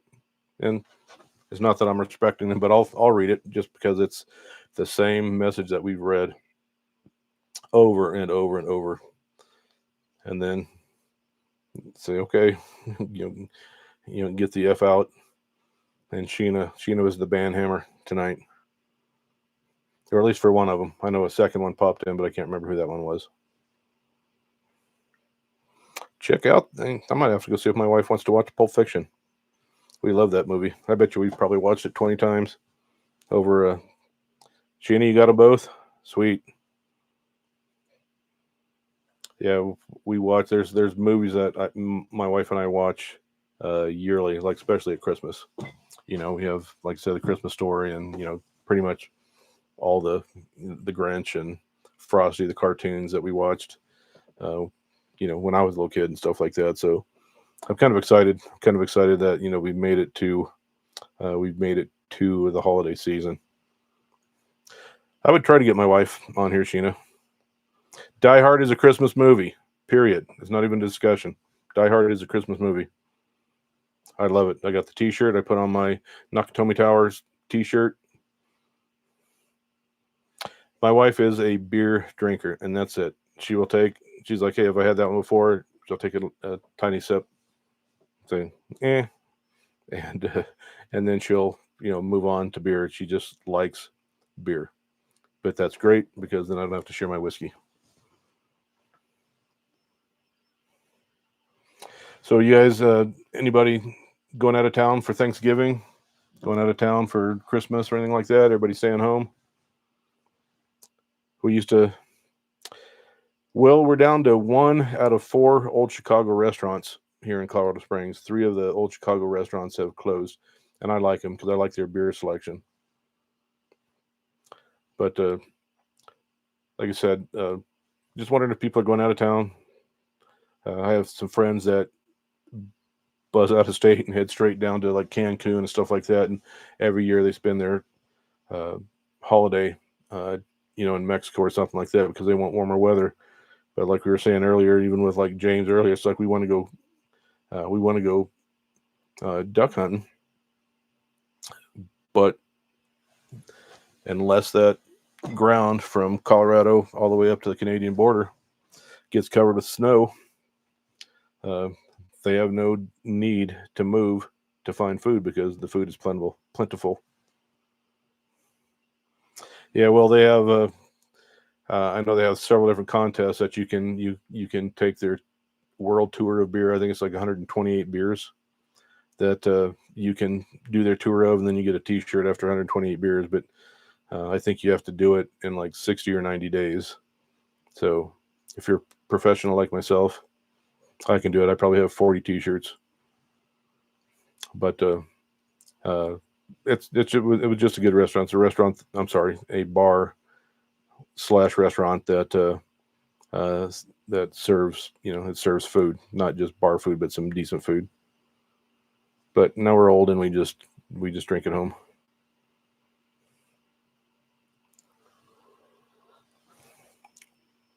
Yeah, well, I wish I would have known you when you lived in Casper. That would have been pretty cool. But like I said, my daughter lives in Rockwall. I don't know how far Rockwall is from you, but uh, I'll probably be down there to see my daughter in like 6 months. So it'd be cool, Will, if uh, again, if you tell me how far you are from Rockwall, we could get together and have a few sips or hit some distilleries or something like that, like the Blendery. I really want to get to the Blendery, which is about, I think, 65, 70 miles from my daughter. 110 beers. I think that over time, as they began importing more beers from other countries and such, you can get it up now to, uh, gosh, I'm still thinking it was 128, but maybe it was 112. Well, Will, 3.5, 4 hours from you. I'll drive 2 hours one way. You can drive 2 hours the other, and we can get together and have some sips. Uh, I'll let you be the tour guide. But it'd be pretty cool to get together. We've gotten together. Alan and I have gotten together with, and Joe Unfiltered as well. We've gotten together with a lot of. It started out with before Joe had a channel, and I don't consider what I have as a channel. I just have it's like it's almost like a teams meeting for bourbon loving friends. So down at Security Discount Liquor, we would just have people like Wesley, who's down in Louisiana. He would come up here, and a lot of you guys have actually, like I said, come up and toured around Colorado Springs and actually made it to Security Discount Liquors. And it's just, like I said, it's just the community, around drinking bourbon, whiskey and stuff like that. It's just really cool. A lot of like-minded individuals. Like I said earlier, I'm 62, so I've been drinking whiskey for a long time. Andrew's getting into it a lot more now. Alan and Andrew, I think about the same age, and maybe Joe Waters as well. Will, I have no idea how old you are actually. We talk in chat and stuff like that, and I don't know how old most of the people, other than like Andrew and Sheena and Joe Waters and Alan and stuff like that. God dang, Andrew, you need to start looking for some burial insurance too. Prices are just going to be going up, so you should start working on that, buddy.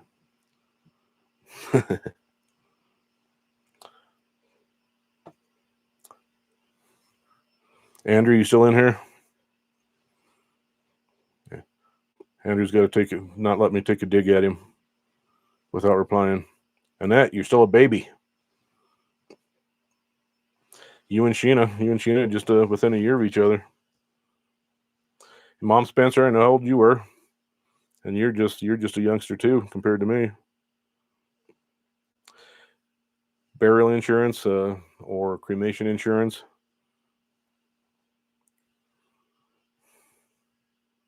41 in January. Okay.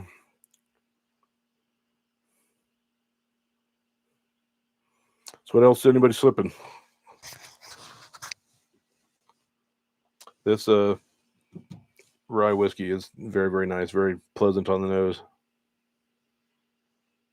Yeah, Andrew, isn't that funny? because like I said, I'm 62. I think as far as my head and stuff like that, I'm feeling I'm still just like I was in my 30s or my 40s or something like that. Summer, man, 4 more years, we'd have to ban you from the channel for being too young. Holy moly. So, Summer, you may be my youngest subscriber.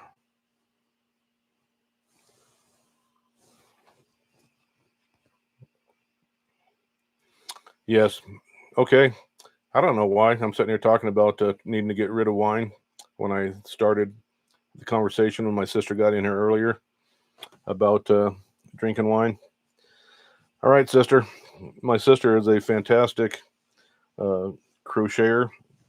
She's made us so many different hats and scarves and blankets and sweaters and stuff like that. So I will start paying you for your crocheted products. I will pay you in. I'll pay you in wine, if that's okay.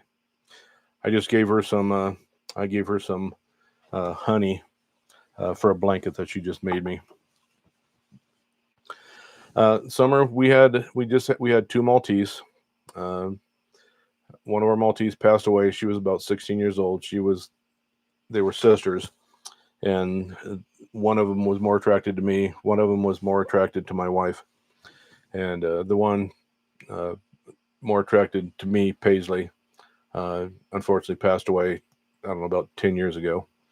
And the other one, Gracie, that uh, bonded with my wife, just passed away like less than 2 years ago. And when Paisley passed away, she was 19 years old.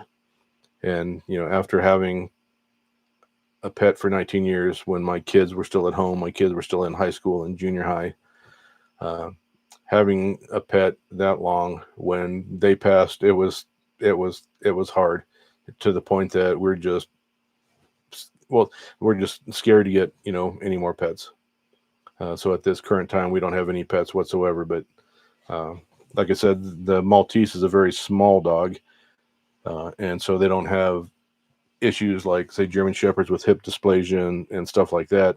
They're just so small that even like when they were 15 and 16, they were spry and jumping around and playful, almost like puppy like type of energy. Uh, but like I said, unfortunately, they've passed, and we've just kind of been uh, we're not going to get any pets until we retire, and I move to Tennessee or Virginia, and at that point, because we're looking at 65 to 100 acres, and then I would like to get some guardian type of dogs just to patrol the property, but still be a pet, because uh, to us, pets aren't something that you chain up out in the backyard, you know, or you leave outside, barking, for 12 hours, begging to get in and stuff like that. A pet is a member of the family, and it was pretty hard. And I'm a big old, tough He-Man and stuff like that, but it was hard. It was hard to lose those pets, and uh, it's just there's a void in our house, and I guess I'll just kind of end it there. There's a void in our house, not having pets, because um, there were so many memories and stories. As Mom Spence was saying earlier, there's just so many stories about, uh, with my kids and Paisley, or my kids and Gracie, and stuff like that. My granddaughter, taking her for a walk. There was finally a dog small enough that my granddaughter could take for a walk without the dog uh, yanking her off her feet and dragging her down the street like you'd see in other YouTube content. Joe, no more guinea pigs for you. But yeah, it's hard. We had pets the entire time my kids uh, were growing up. Ever since my kids were in, even before kindergarten, all the way through to where they, off to college, and coming back on vacation and stuff like that. So it was pretty hard, but we wouldn't trade anything. We wouldn't trade anything for it. Say I wish we never got them or something like that. So again, this rye whiskey, good, peppery, rye forward scent. With the rye, you can get a lot of times you can get dill, or you can get like a grassy type of note, like fresh cut grass or something like this. I'm not getting dill with this. But again, there's some nice rye spice, spice like rye bread, for example. Mm. Yep, pretty tasty.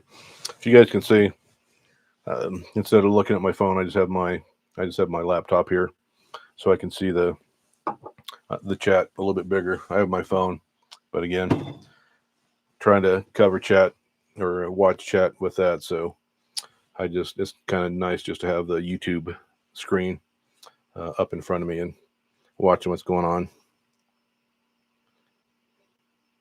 Mr. Butt Lips.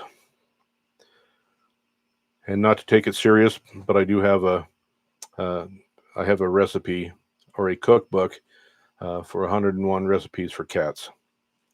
Never used it, but somebody gave it to me and I thought it was funny. But I have used some of the recipes for chicken. I substituted chicken for cats. Mom Spencer, I think our families have to be somehow distantly related. You can ask my sister. She's still on here. My sister's going to be the recipient of 40 or 50 bottles of wine in the next couple of days.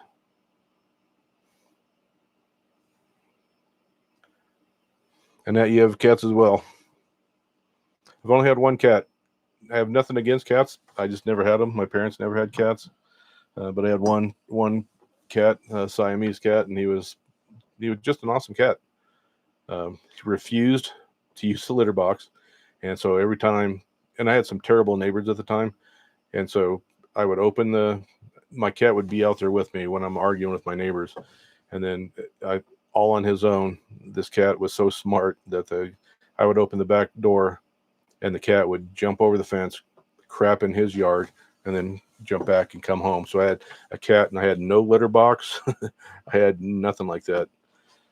Queasy, you're doing blue corn? Oh, I have blue corn here somewhere.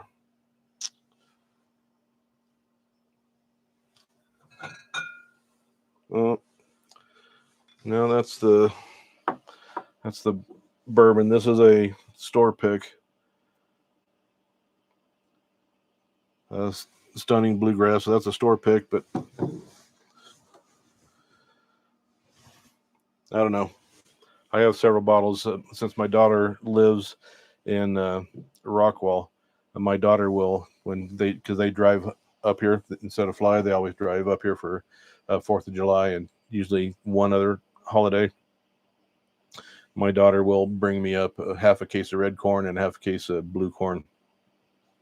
And then she brought me up. She's like, here's this bottle, not this one, but she's like, hey Dad, here's this bottle. I don't know if you like it, but we see them all over down in Rockwall, so I got you one of those. Hope you like it. I'm like, holy moly. My daughter, who I don't know, she has some knowledge of whiskey, but to say I got you this thing called Stag, maybe, I hope you like it. And it's like, hey, give her a nice hug and kiss. She's like, dang, Dad, it's just a bottle of whiskey. It's like, it's like one of the bottles of whiskey. But I just killed a red corn. I have my bottle of empty red corn just right over there. But yeah, Joe and I, that's one of the first, Joe, that might have been, Joe Water, that might have been one of the first bottles that we talked about was Stag, because it's like I was able to get it, and then it just freaking dried up. I couldn't find a Stag for the life of me. And then Joe started all finding it, on the East Coast. Joe's starting to find it everywhere. Queasy, what's your Stag story? Red corn and blue corn supposedly is going to drop in Colorado within a month. All right, Queasy, the stage is yours. See, I'm trying to figure out how to do this split screen so I could do a dual live with Joe or Andrew and Sheena, and I would pop Queasy on right here, and Queasy could verbalize his story.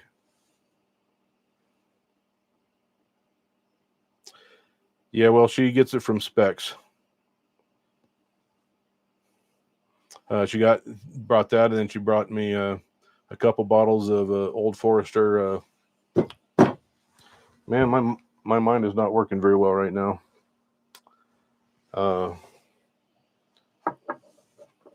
Will, the Old Forester that's only in Texas, King Ranch. She'll get me a half a case of King Ranch, half a case of red corn, half a case of blue corn. All right, I'm stopping just to look at Queasy's story here real quick.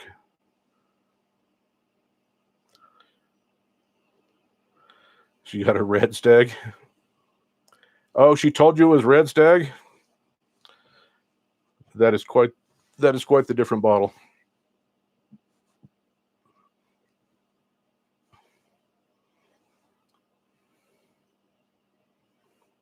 Yeah, Joe's Waters has this story too. His mom likes using stag for old fashions.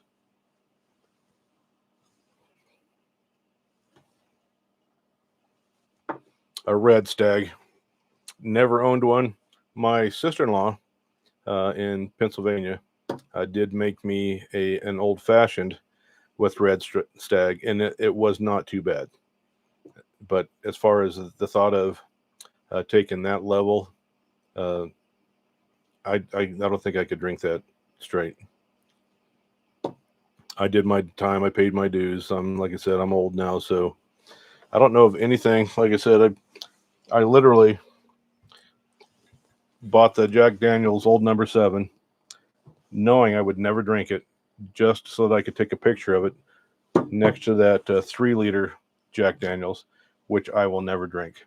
So eventually, once I need bar space even more, this will be given away, or maybe at some point no, I feel bad. I was gonna say I'll give this bottle away as a in the live, have everybody enter, and I have that little roulette wheel that will assign to everybody's numbered everybody, and I would give it away. But I'd feel bad giving Jack Daniel's Old Number 7. The 3-liter bottle, I wouldn't feel too bad giving that one away.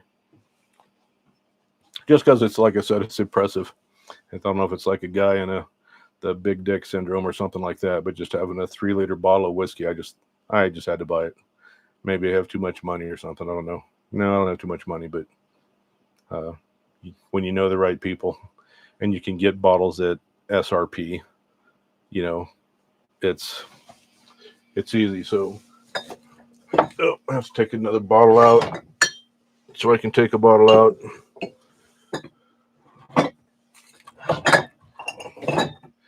So this is this year's Thomas H. Handy.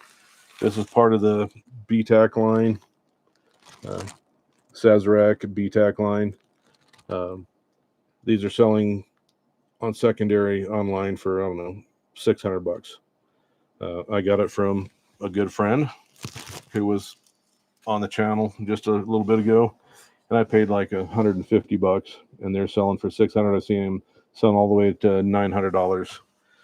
But the neat thing about these bottles, that under the lid, under the foil, there is a little RFID tag. So I have an app on my phone, and I will take and open the app, put it up to the top of my phone, and it will say, this is a genuine bottle of Thomas H. Handy 2025, or it'll say, this bottle's been open and you got screwed.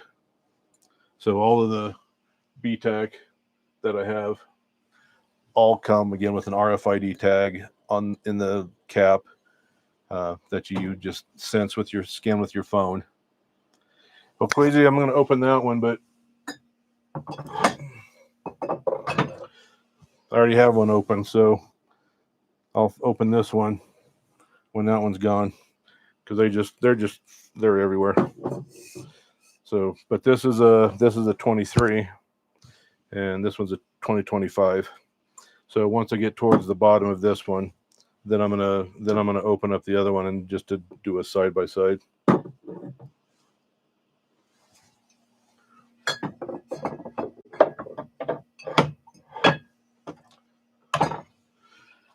And this one is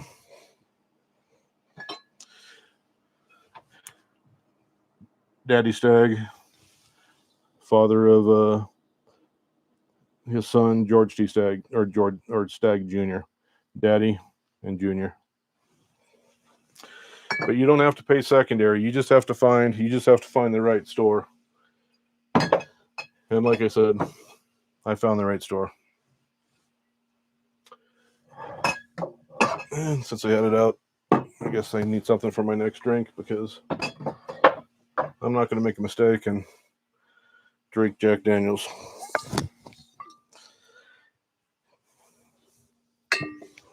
But I was saying earlier in the stream that I need to just thinking about different stories of content or what have you, and what we're going to do. But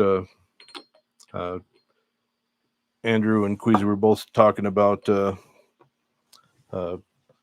different content and what bottles I have. And again, by the time you guys are 62, you guys are going to have all this, or you're going to have more. You know, maybe not now, but at your age, I didn't either. But I forgot they had to see it, and I don't want to offend anybody. But Will, talking about this Still Austin cask strength bourbon. It was a group pick, and group picks, have tater stickers. As the group that picks them comes up with a funny sticker. And this particular one, and again, don't want to offend anybody, but this is the tater sticker, Natural Born Sinners. And I'm sure some of you guys recognize them.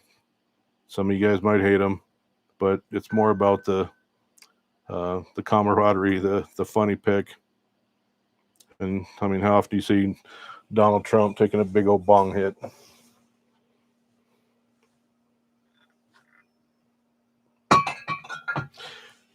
Tater stickers are funny. I like group picks.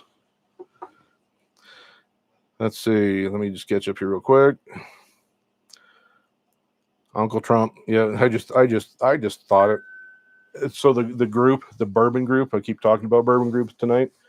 The bourbon group name is Natural Born Sinners. That's the name of the group, and I think they're based down in Florida. So whenever they do their barrel picks, barrel drops, and stuff like that, they put together. They say, send us a tater sticker. We vote on tater stickers and stuff like that. And then that was just the Natural Born Sinners that just had Trump and Elon and everybody just partying up a little bit.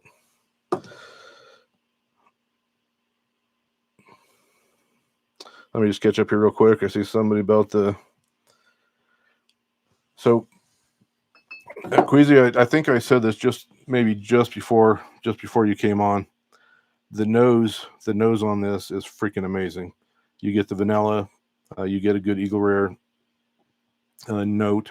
You were drinking Eagle Rare earlier, you had said. So you get some nice barrel and stuff like that. But again, it's only been in there for 2 weeks, and my plan is to have it in there for 3 months. So when I put this up, so I took this to a little meeting last night. This with a E.H. Taylor small batch double oak honey finished that was in the barrel just prior to this one, and this beat the nose of the E.H. Taylor, but the E.H. Taylor on the palate beat this. So again, but it's only been in there for 2 weeks, so another at least 2 months, if not 2.5 months. And I was saying earlier, like right now it's at 41 degrees Celsius. I wish, again, so this is my incubator. It doesn't allow me to display or control in Fahrenheit. So I just always have to jump online and Google, volume conversion, for example, to come up to find out what the volume conversion is. James, awesome that you're still here. So we sampled, even though I have some, and James, I can refill your bottle. I can refill that E.H. Taylor bottle because I just had some here just a minute ago. I think I have 4 bottles left, but I was gonna throw some into a bunch of 2 ounce samples or 3 ounce sample. So I have a bottle. It'll look exactly like this. but it's a 3-ounce sample bottle, so it's 3 times the size of this 1 ounce. But I'll have the nice label on it, and I'll probably wax dip it as well.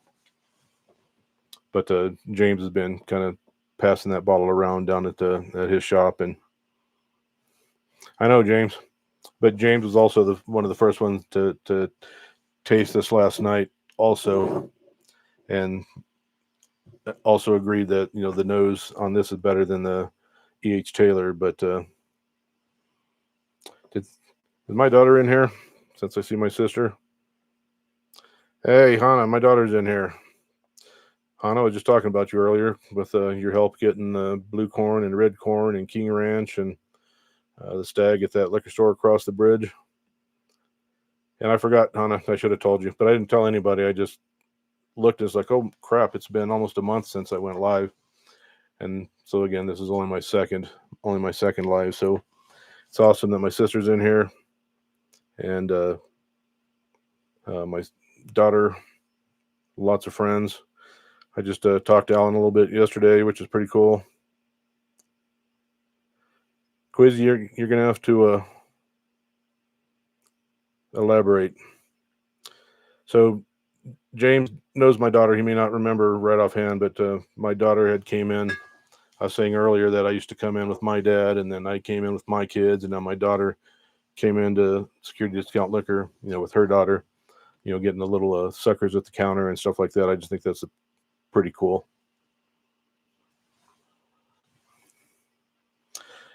Yeah, I think I had just asked my daughter again just a couple days ago to start looking for some George T. Stagg because I had none. It just dried. Well, I didn't say I had none. I hadn't had one recently until I started talking to Steve, Queasy, Alan, Joe, Will. You guys all know Steve from Whiskey and Joe Unfiltered's channel. He's down there and he's like, Stagg 25A. It's like it's flipping everywhere. It's like you can buy one, you can go back the next day and get one, you can go back the next day and get one, you can go back the next day and get one. And so Steve just reached out and says, hey, I'll send you a Stagg if you have some of that E.H. Taylor Double Oak Tony finish. So I just quickly shipped Steve a bottle of the E.H. Taylor honey, and he sent me a Stagg 25A that's somewhere. I moved it because you can hear them kicking bottles down on the floor. You can hear the glass rattling. Queasy, you should you come to Colorado Springs. We're gonna have a good time. We'll head down to James's like everybody else does, and Steve, I might. So I've been talking about. So for these bottles here, so these are, I think these are 250 ml that I could fill, like a couple dozen of these instead of giving one person, a 750 and maybe one other person a 750, when I can give like 20 people a bottle this size.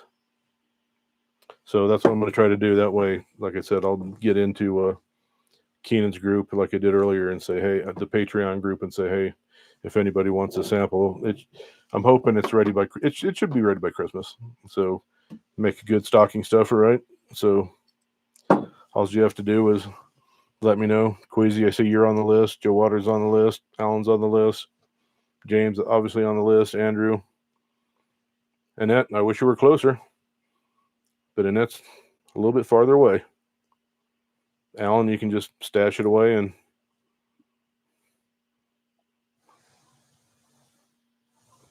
if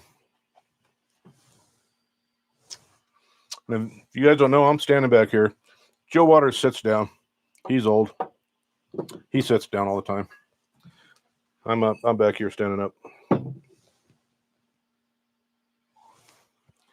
But then again, Joe is up and running around all the time.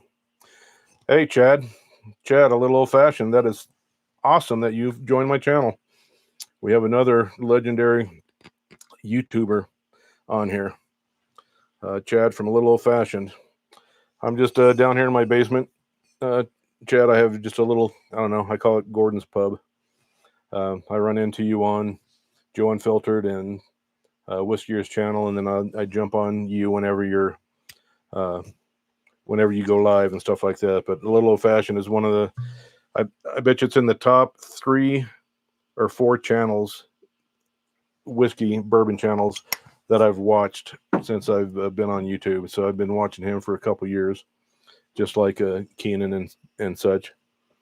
So, Chad, I don't know how you found my channel, unless you just ran across the live link or something like that.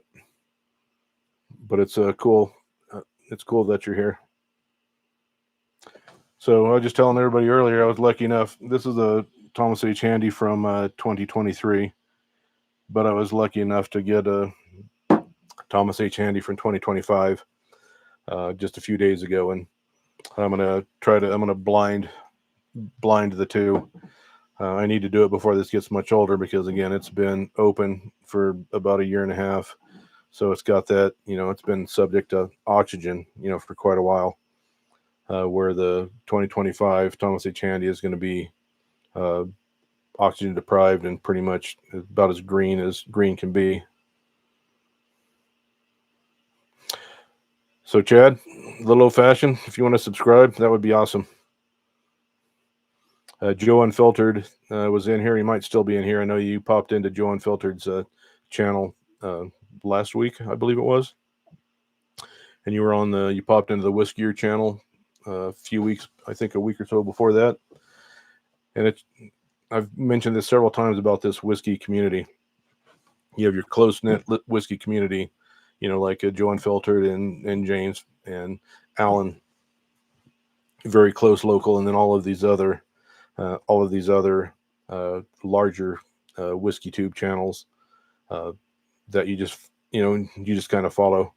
I happened to be down at James's store, SDL store, and Keenan from Whiskey just happened to be coming in, kind of like Chad does with his A Little Old Fashioned channel, just to come in and just say, hey, let's look at what's on your shelf. Let's check out the prices, and a few comments about whether that's normal for the region that they're looking at, and such like that. And Keenan from Whiskey did a really awesome video for James's store, and then not too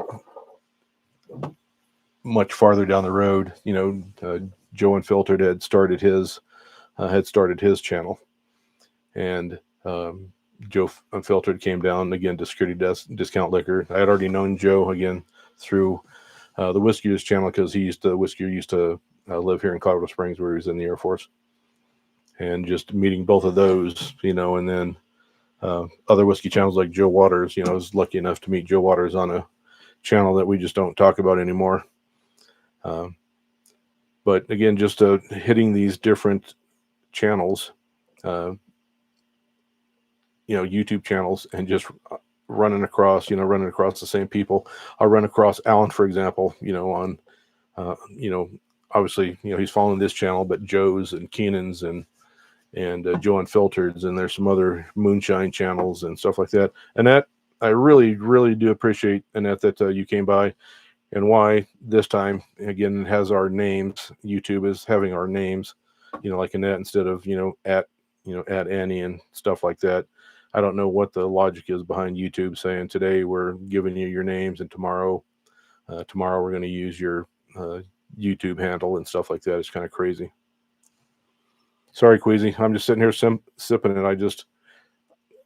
I'm someone, well, I don't know. I'm sure there's a lot, but I just love to nose my whiskey. And sometimes, and man, I'll nose it for like 4 or 5 minutes, and then somebody will say, "Are you going to taste that damn thing or what?" Kind of like what Queasy's just asking is, it's almost enough continuing with this nose without even tasting it. But who's going to pour it and not taste it? Queasy's keeping me on track here. Ooh. Again, I just had the Woodford Reserve Rye. And Chad, I can't remember. I think you at least saw this on one of your videos. I can't remember if on one of the content that you tried, the Woodford. I was saying earlier on the nose squeezy that a lot of times you'll get dill or like peppermint or grassy and stuff like that. I'm not getting any dill. The Woodford, I think the Woodford is 125 to 135. So, and I'm a big Woodford fan. Woodford doesn't put out crap. Their prices sometimes are crap, but their bottles are not. And so I opened this, took a couple sips, and I went out and bought a second one. So I got another one back there that's not even opened.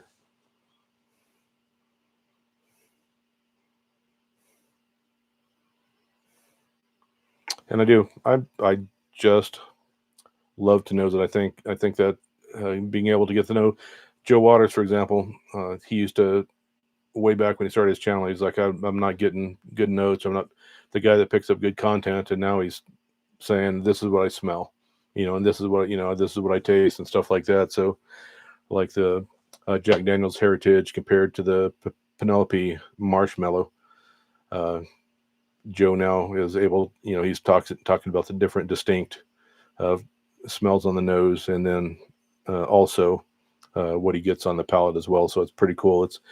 It's ever developing. And again, after 40 some years of drinking whiskey, I'm happy. I guess I'll say I'm happy that I feel that my palate is more developed. But it's like people's like, oh, I'm so mad that I don't get this. Like, dude, man, you've been drinking whiskey for a couple of years. I've been drinking it for 40, and I still a lot of times feel that I'm still young at the game. Like Joe Unfiltered, his palate and his nose are fantastic, and he's at least a week or two younger than me. Isn't that right, Joe Unfiltered? You're only a 61 and a half. Whew, Eagle Rare 17. It's a bottle queasy that I don't have in all my time. I do not have any Eagle Rare. I have sampled it. I might have a sample of it actually. I don't know where, but I also have a bottle that I got to send to Joe Waters. Joe, just last night, we got this new bottle of Woodford. It's a Colorado release bourbon, cask strength, in Japanese Sakura wood. So I just picked that up last night, and it was pretty damn good. But I have a bottle for Joe Waters, and that was just this year's rye cask strength. Now you really have to cover up your face in order to make that camera focus. But 13th Colony ships, I think, to 17 states, and luckily Colorado is one of the states they ship to, because I probably have 7 different brands. I have some Hazmat, their double oaked bourbon, their birthday bourbon, and I guess you can't really see it because I got too much shit.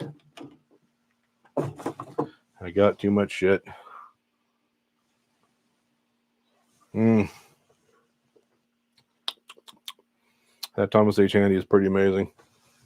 And everybody tries to like save these papers and stuff like that. I see these papers for sale.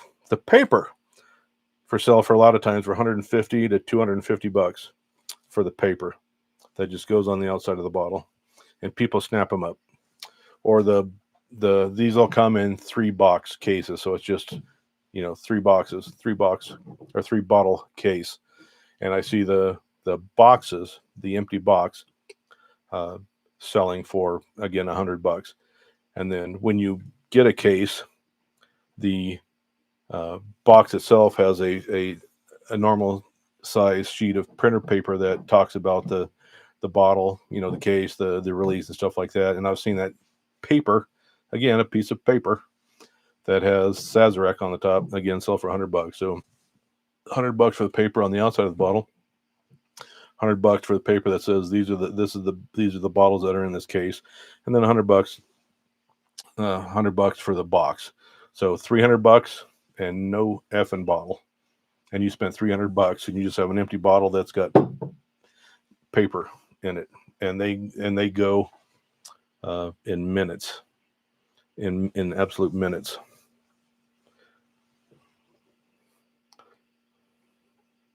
Queasy, I'm trying to read your comment here real quick. Oh, Eagle Rare 17 was one of your samples? Hell yeah. If I was going to get a sample, Eagle Rare 17 would be a sample that I'd be really happy. And with me, a lot of times it's like, I don't even know what my samples are. Because like I said, here I got half a dozen samples and I have to look at them just to see what in the hell they are. It looks like a lot of these are Old Forester. Oh, this is a 2020 Four Roses Special Select.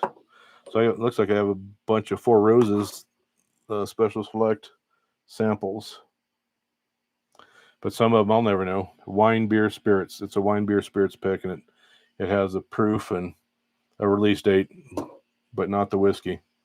So I don't know what it is. Am I going to throw it out? Oh, hell no. I'm going to drink that shit. Another one just says French Toast and has some proof information and stuff like that. French Toast. But who from who? Spirit World, another pick.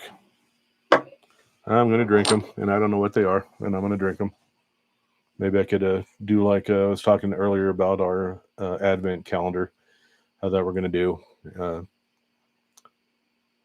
3 different Advent calendars. So I'm going to have to force myself to drink 3 1-ounce samples a day in the month of December. So I'm going to have to buckle down and just make myself drink whiskey.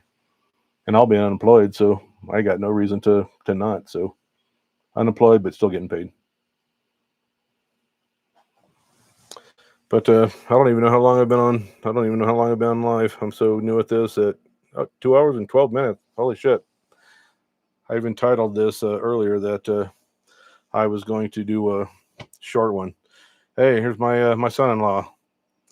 Yo, Keith. So live streaming was originally introduced to me by my son-in-law Keith, that is in the chat right now.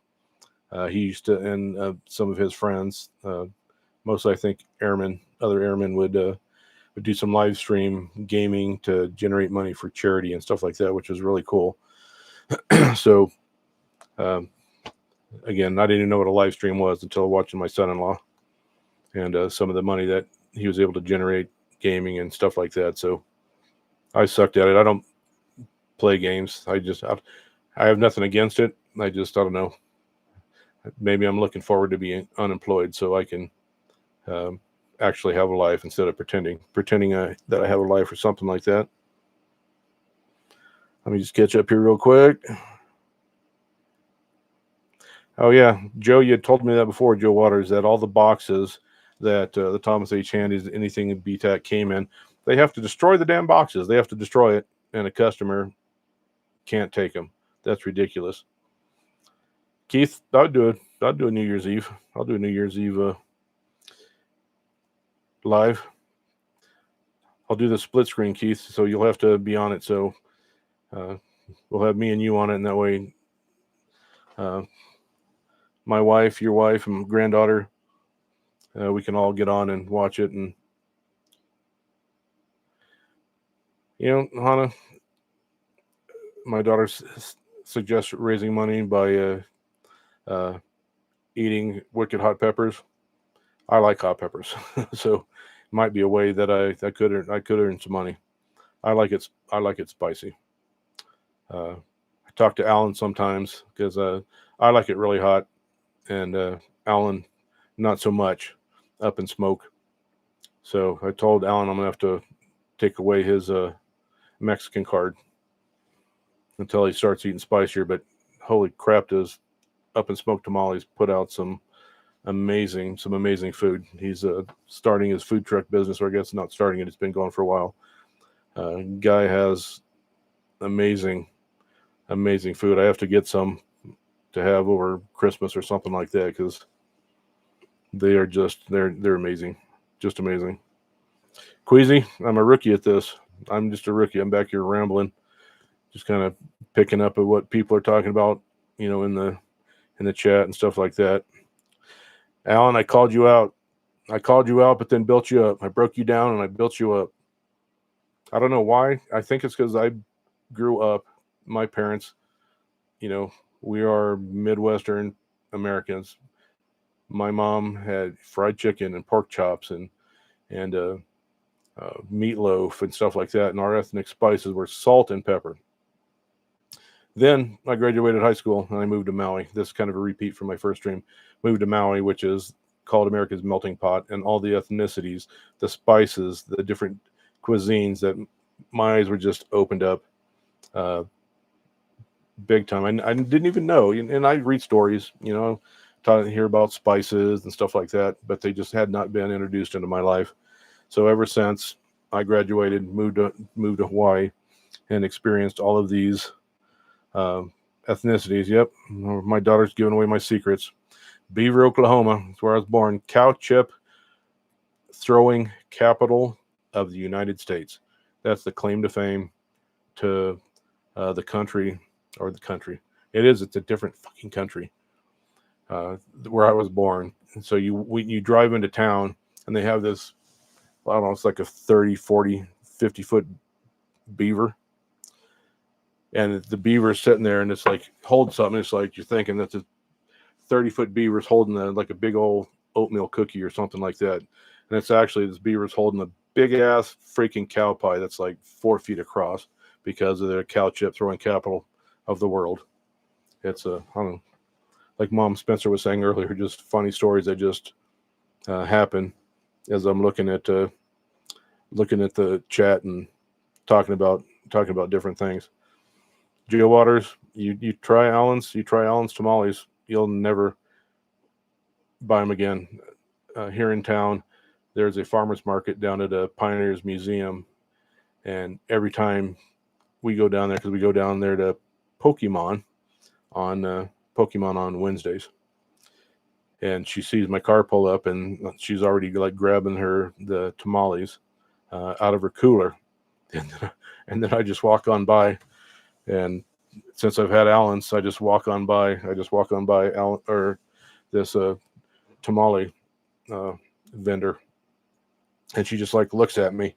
She like looks at me like almost like I cheated on her or something. Like, I cheated on her like with another woman or something like that. She just looks at me like, well, why haven't you stopped here? And I just don't want to stop and have a conversation and talk about. Well, I would talk about Allen's tamales, but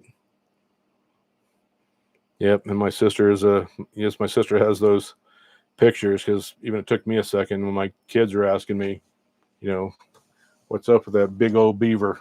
It's like, what's he eating? It's like, I'm thinking he's eating something too, but he just holding it because it's in the Guinness Book of World Record.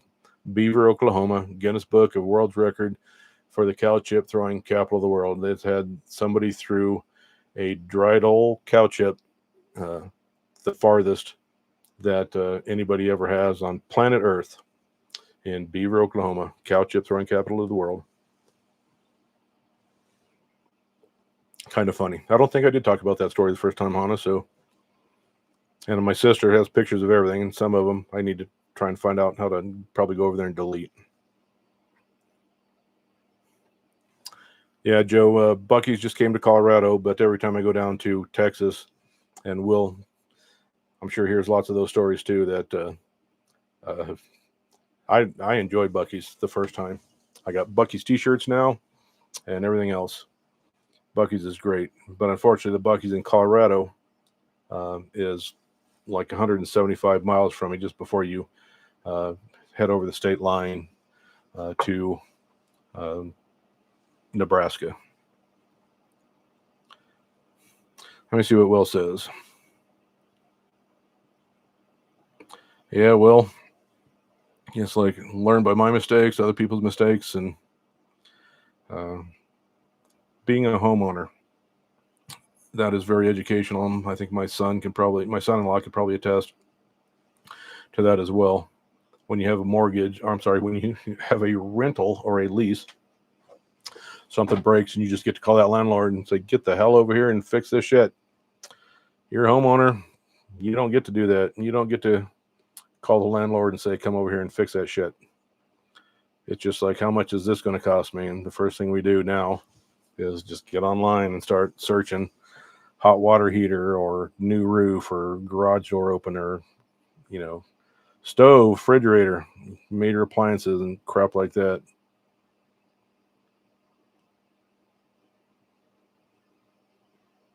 Oh, Joe, they have Buc-ee's in West Virginia? I did not know that. Will says he grew up 20 minutes. So Hannah and Keith, Will, where did you say you were? It wasn't Austin, was it? But next time we come down there to visit you, Hannah and Keith, I have to spend half a day and hook up with Will, who's also down Lake Jackson, Tennessee. Or Lake Jackson, Texas. I don't know why I said Tennessee. Lake Jackson, Texas.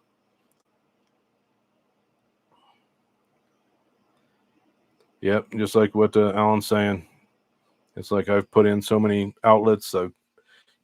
Outlets, and I just put in some outlets here so I could have some lights back here. I think my daughter suggested that I put a light up front so I have a little bit more light in my face because sometimes it gets dark. I tried to control the backlighting because my sister Jackie said that lighthouse lady said that there was times when some of the colors of the light would really kind of were too bright and would kind of blind out the feed itself. Lake Jackson, Texas. Well, I'm gonna look that up on the map tomorrow, or maybe tonight. But anyway, I guess I've been live for an hour or 2 hours and 22 minutes. I wasn't planning on. I was gonna go for like 30 minutes or something like that, but I get on here, I get drinking, I get rambling, and I enjoy it. Actually, I really do. So my daughter says it's about 4 hours from Rockwall, but I was telling Will that I would drive about 2 hours and he could drive 2 hours. Maybe we could meet at a distillery or like the blendery. I really want to go to the blendery, Will, so I don't know how far you are from the blendery. James, this is 2023. This is 2023 and 2025. Oh, man, I put it up there backwards. Good thing I wasn't on camera. So this is the 2025 that I just got. I did not open it yet, but I went to with James and Kim. I went to blind these side by sides yesterday. Yesterday we blinded George T. Stagg 2025 and George T. Stagg 2024. And if I would have known, I would have brought my George T. Stagg 2023 so we could have did 2023 4 5. Because why not? I have a bottle, somebody else has a bottle, somebody else has a bottle, and we just blind them all together. Yeah, James, I was kind of saying the same thing earlier when I was talking about Stagg and how I like the cherry forward profile of Stagg. I was actually talking more about the Stagg Junior. This is a 24C, I think, but I just got the 25A Thursday by trading a bottle. And I was also talking about that earlier about Joe Waters. Is like I was getting Stagg Junior here. Joe would never see Stagg Junior. It dried up completely here, and then all of a sudden Joe Waters on the East Coast started finding Stagg in a lot of the liquor stores that he was at.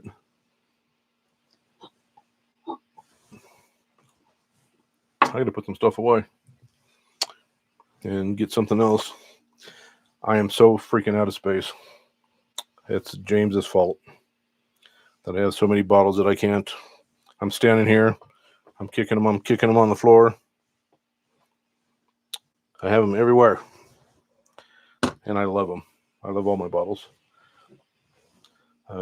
Joe Waters, I still got to get you something sent out. I tried the Sakura wood. That's the 13th colony that came to Colorado yesterday. Ooh, I'm going to do this one. So, Joe Unfiltered had recently done some reviews of some Distillery Acadian products. These bottles from Distillery Acadian from down Louisiana were from Security Discount Liquors. And one of the bottles that he reviewed was this. Oops, that was a bottle of T Moon. I gotta find it. I have so many bottles. So it was a Cajun's cut that was finished secondarily in um, a blueberry mead barrel. The Philip Messier from Distillery Acadian has some friends down in Louisiana that own a meadery, and they had bought some previously used oak barrels, bourbon barrels that had bourbon, and he put in after this blueberry mead had aged in it in more than a year. So, Alan, this is not the blueberry T Moon. The blueberry T Moon was what was put in the blueberry mead barrel the second filling. This is the blueberry, the Cajun's cut blueberry that was put in immediately after the mead was dumped. But this is an amazing bottle. Alan's referring to, again, James's bottle. Oh, I know where it's at. I forgot. I opened the Cajun's cut, just the standard Cajun's cut, like this, and then the T Moon bottle that was filled. And again, this is the T Moon that is just a whiskier pick. But James has a T Moon bottle that was poured in this blueberry mead barrel after this Cajun's cut barrel was originally put in. So I sent 2 bottles up to Joe Unfiltered up to Denver. So he's got 2 bottles up in Denver, and he just did reviews on his Joe Unfiltered channel that I would encourage you guys to check out. James also posted on his Instagram a review of the Cajun's cut and the T Moon blueberry. But since I was looking for one more thing to drink, I'll have one last thing to drink before I end the stream, because I know you guys got better things to do. I bet Sheena has crashed out. Andrew, I haven't seen you in here in a second, Andrew, but I think Sheena crashed out. She was leaving for a second. I don't know if she ever came back. But Joe Waters, Andrew, Alan, Will, this is just amazing. Queasy, this is just an amazing. If you have the right light, and I can't do it right here, you almost see a blue color, a blue tinge to this T Moon. Again, T Moon. This is the Cajun's cut, but the T Moon that I was showing earlier, which is the bottle that Alan just picked up from James's. The T Moon is a local Louisiana bottle where they also use local sugar cane to sweeten, to distill, and make their final T Moon product. So anyway, I'm going to try this. This is like you're drinking blueberry muffins, you're drinking blueberry pancakes. Joe Unfiltered on the T Moon blueberry bottle, he described it like a Pop-Tarts, like a blueberry frosted Pop-Tart. And I'm falling behind. I apologize. I'm falling behind on the chat again. Most of the time, I don't talk too much, but geez, I get on this damn live and I don't shut my damn mouth.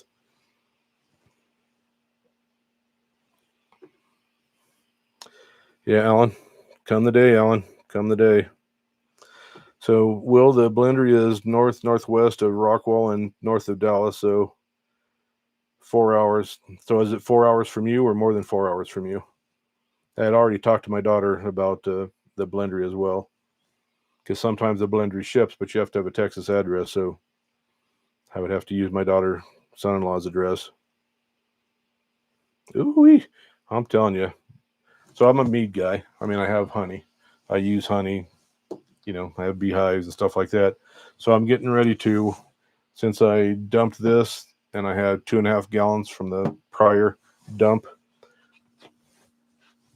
of that barrel, I have my honey again for my beehives, and you can look that's all charcoal charcoal out of the barrel. So I'm going to make mead. It's the first time I usually make mead just with the fresh honey, but now this honey has char, the char flakes that come out of the barrel.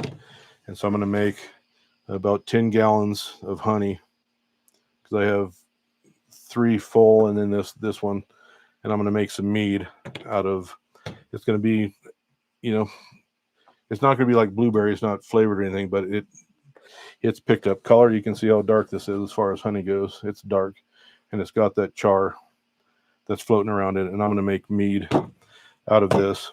And then I went and saw Alan yesterday, and I got a couple gallons of apple juice that Alan got from his apples on his property that he pressed. And then I have some Palisade from Palisade, Colorado, some Palisade peaches. So I'm going to make 5 gallons of apple honey moonshine, or apple honey mead. The moonshine part comes later. And 5 gallons of Palisade peach mead.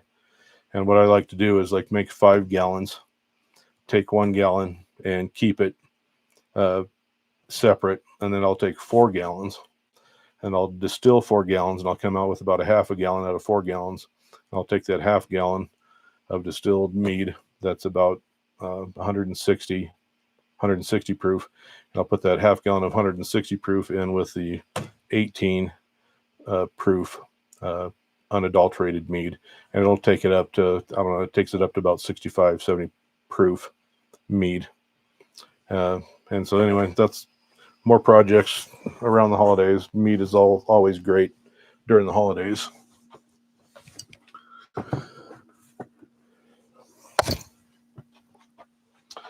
But anyway, I think I'm going to end this here in just a second. I just want to make sure that I'm all caught up. I know Alan, James talking about Eagle Rock. Some distributors are just terrible. James was going to send you a picture earlier. I have it on my phone now of another liquor store here in Colorado Springs who is saying Sazerac and Eagle Rock sucks, but luckily they've been getting a lot of other products in place. And like I said, I think you guys seem to get the same treatment from some of these damn distilleries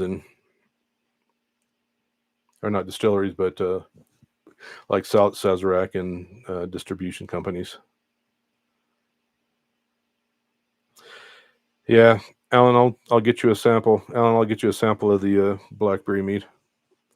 And then I think in January, the strawberry mead comes out. Same as the blueberry. Then blackberry was released today. And then the strawberry mead comes out. Strawberry Cajun cut. Or I don't know. I think it's strawberry. I think they're doing Cajun cut on all 3. Blueberry, blackberry, strawberry. And so, Alan, I'll get you a sample of all the above. Joe, you're talking about Maryland is trying to do more things. Joe, a lot of rye. The rye industry started in Maryland. I know you probably already know that, but it's kind of nice that there's some of the Maryland rye brands are getting, renewed, pulled out of the ashes, and the original recipes are being recreated. All right, well, Will, I'll rather get together with you. The blender will come second over hooking up with Will and having a few sips and just BSing in person. Just trying to quickly catch up here. Queasy, really cool that you were able to make it. Again, I want to tell more people about when I go live, but like I said, I don't want to abuse Keenan's Patreon and kind of put on there that I'm going live or something. What Alan does or what Joe Waters does, that's up to them. But I just don't want to abuse it, but it's okay if they do it. I'll appreciate it. Again, Will, Alan, Joe, Andrew and Sheena, my sister Jackie, or Lighthouse, Hannah, Keith, everybody that was able to join tonight on no notice, because there was no notice. I think I was told Andrew and Alan and Joe and kind of said, hey, can you spread the word or whatever? But I got to come up with a better venue because YouTube sucks at notifications on anything whiskey or guns or hunting or something like that. If I have some channels that I watch about antique car restoration, I get all the notifications to the point that I was like, I almost want to mute those notifications. Several food channels that I watch on YouTube, and I get all of those notifications, over and over and over. And then I happen to look, and it's like, Jesus, Joe's live, Joe Waters, Joe Unfiltered, Keenan, all these other channels are live, and I got no notification, and the settings are exactly the same. So we really need to focus on using some of our members or some other way to try and let people know, when we're going to go live. Alan, thank you for letting Will know. I should have done it myself, but Alan, a lot of my notifications come from Alan and Joe saying such and such is live, such and such is live, and it's just ridiculous. Well, I'm just sitting there flipping through stupid TV channels or watching something else, on YouTube, and then all of a sudden, I'll get a message from Alan or Joe and find out that a live that I want to be part of or channel that I'm a moderator for. I'm a moderator for a channel, but I'm not going to get the notifications. But anyway, guys, Saturday night, it is 10:14 here, Mountain Standard Time, since we just had daylight savings a few days ago. I appreciate everybody jumping on here. Ooh, this blueberry. Joe and everybody that's on here. That's a Distillery Acadian blueberry mead Cajun's cut, and the blackberry and the strawberry coming out in January. It's some pretty amazing stuff. So that's what I'm going to finish my night on. So for Mom Spencer, aloha. I think she already dropped off. Might be past her bedtime. But everybody else that was on here, again, I really appreciate you guys joining here. I don't think my content had no structure or anything like that. I'm just saying it's Saturday. I want to talk to some people, read some chats and just see what everybody's doing. And I enjoy it. I hope you guys do too. So Joe and Alan will. I think Queasy already about. Oh, there's Queasy right there too. But Queasy, thank you. We'll make sure that you get in on it. Alan, strength for the next few days. I'm always here if you need something. But again, strength, Alan, for the next few days. And I'm going to go in my night. I guess I'm going to have to go spend some time with my wife, damn it. So anyway, I'm going to go see my wife. We'll talk to you guys later. And end.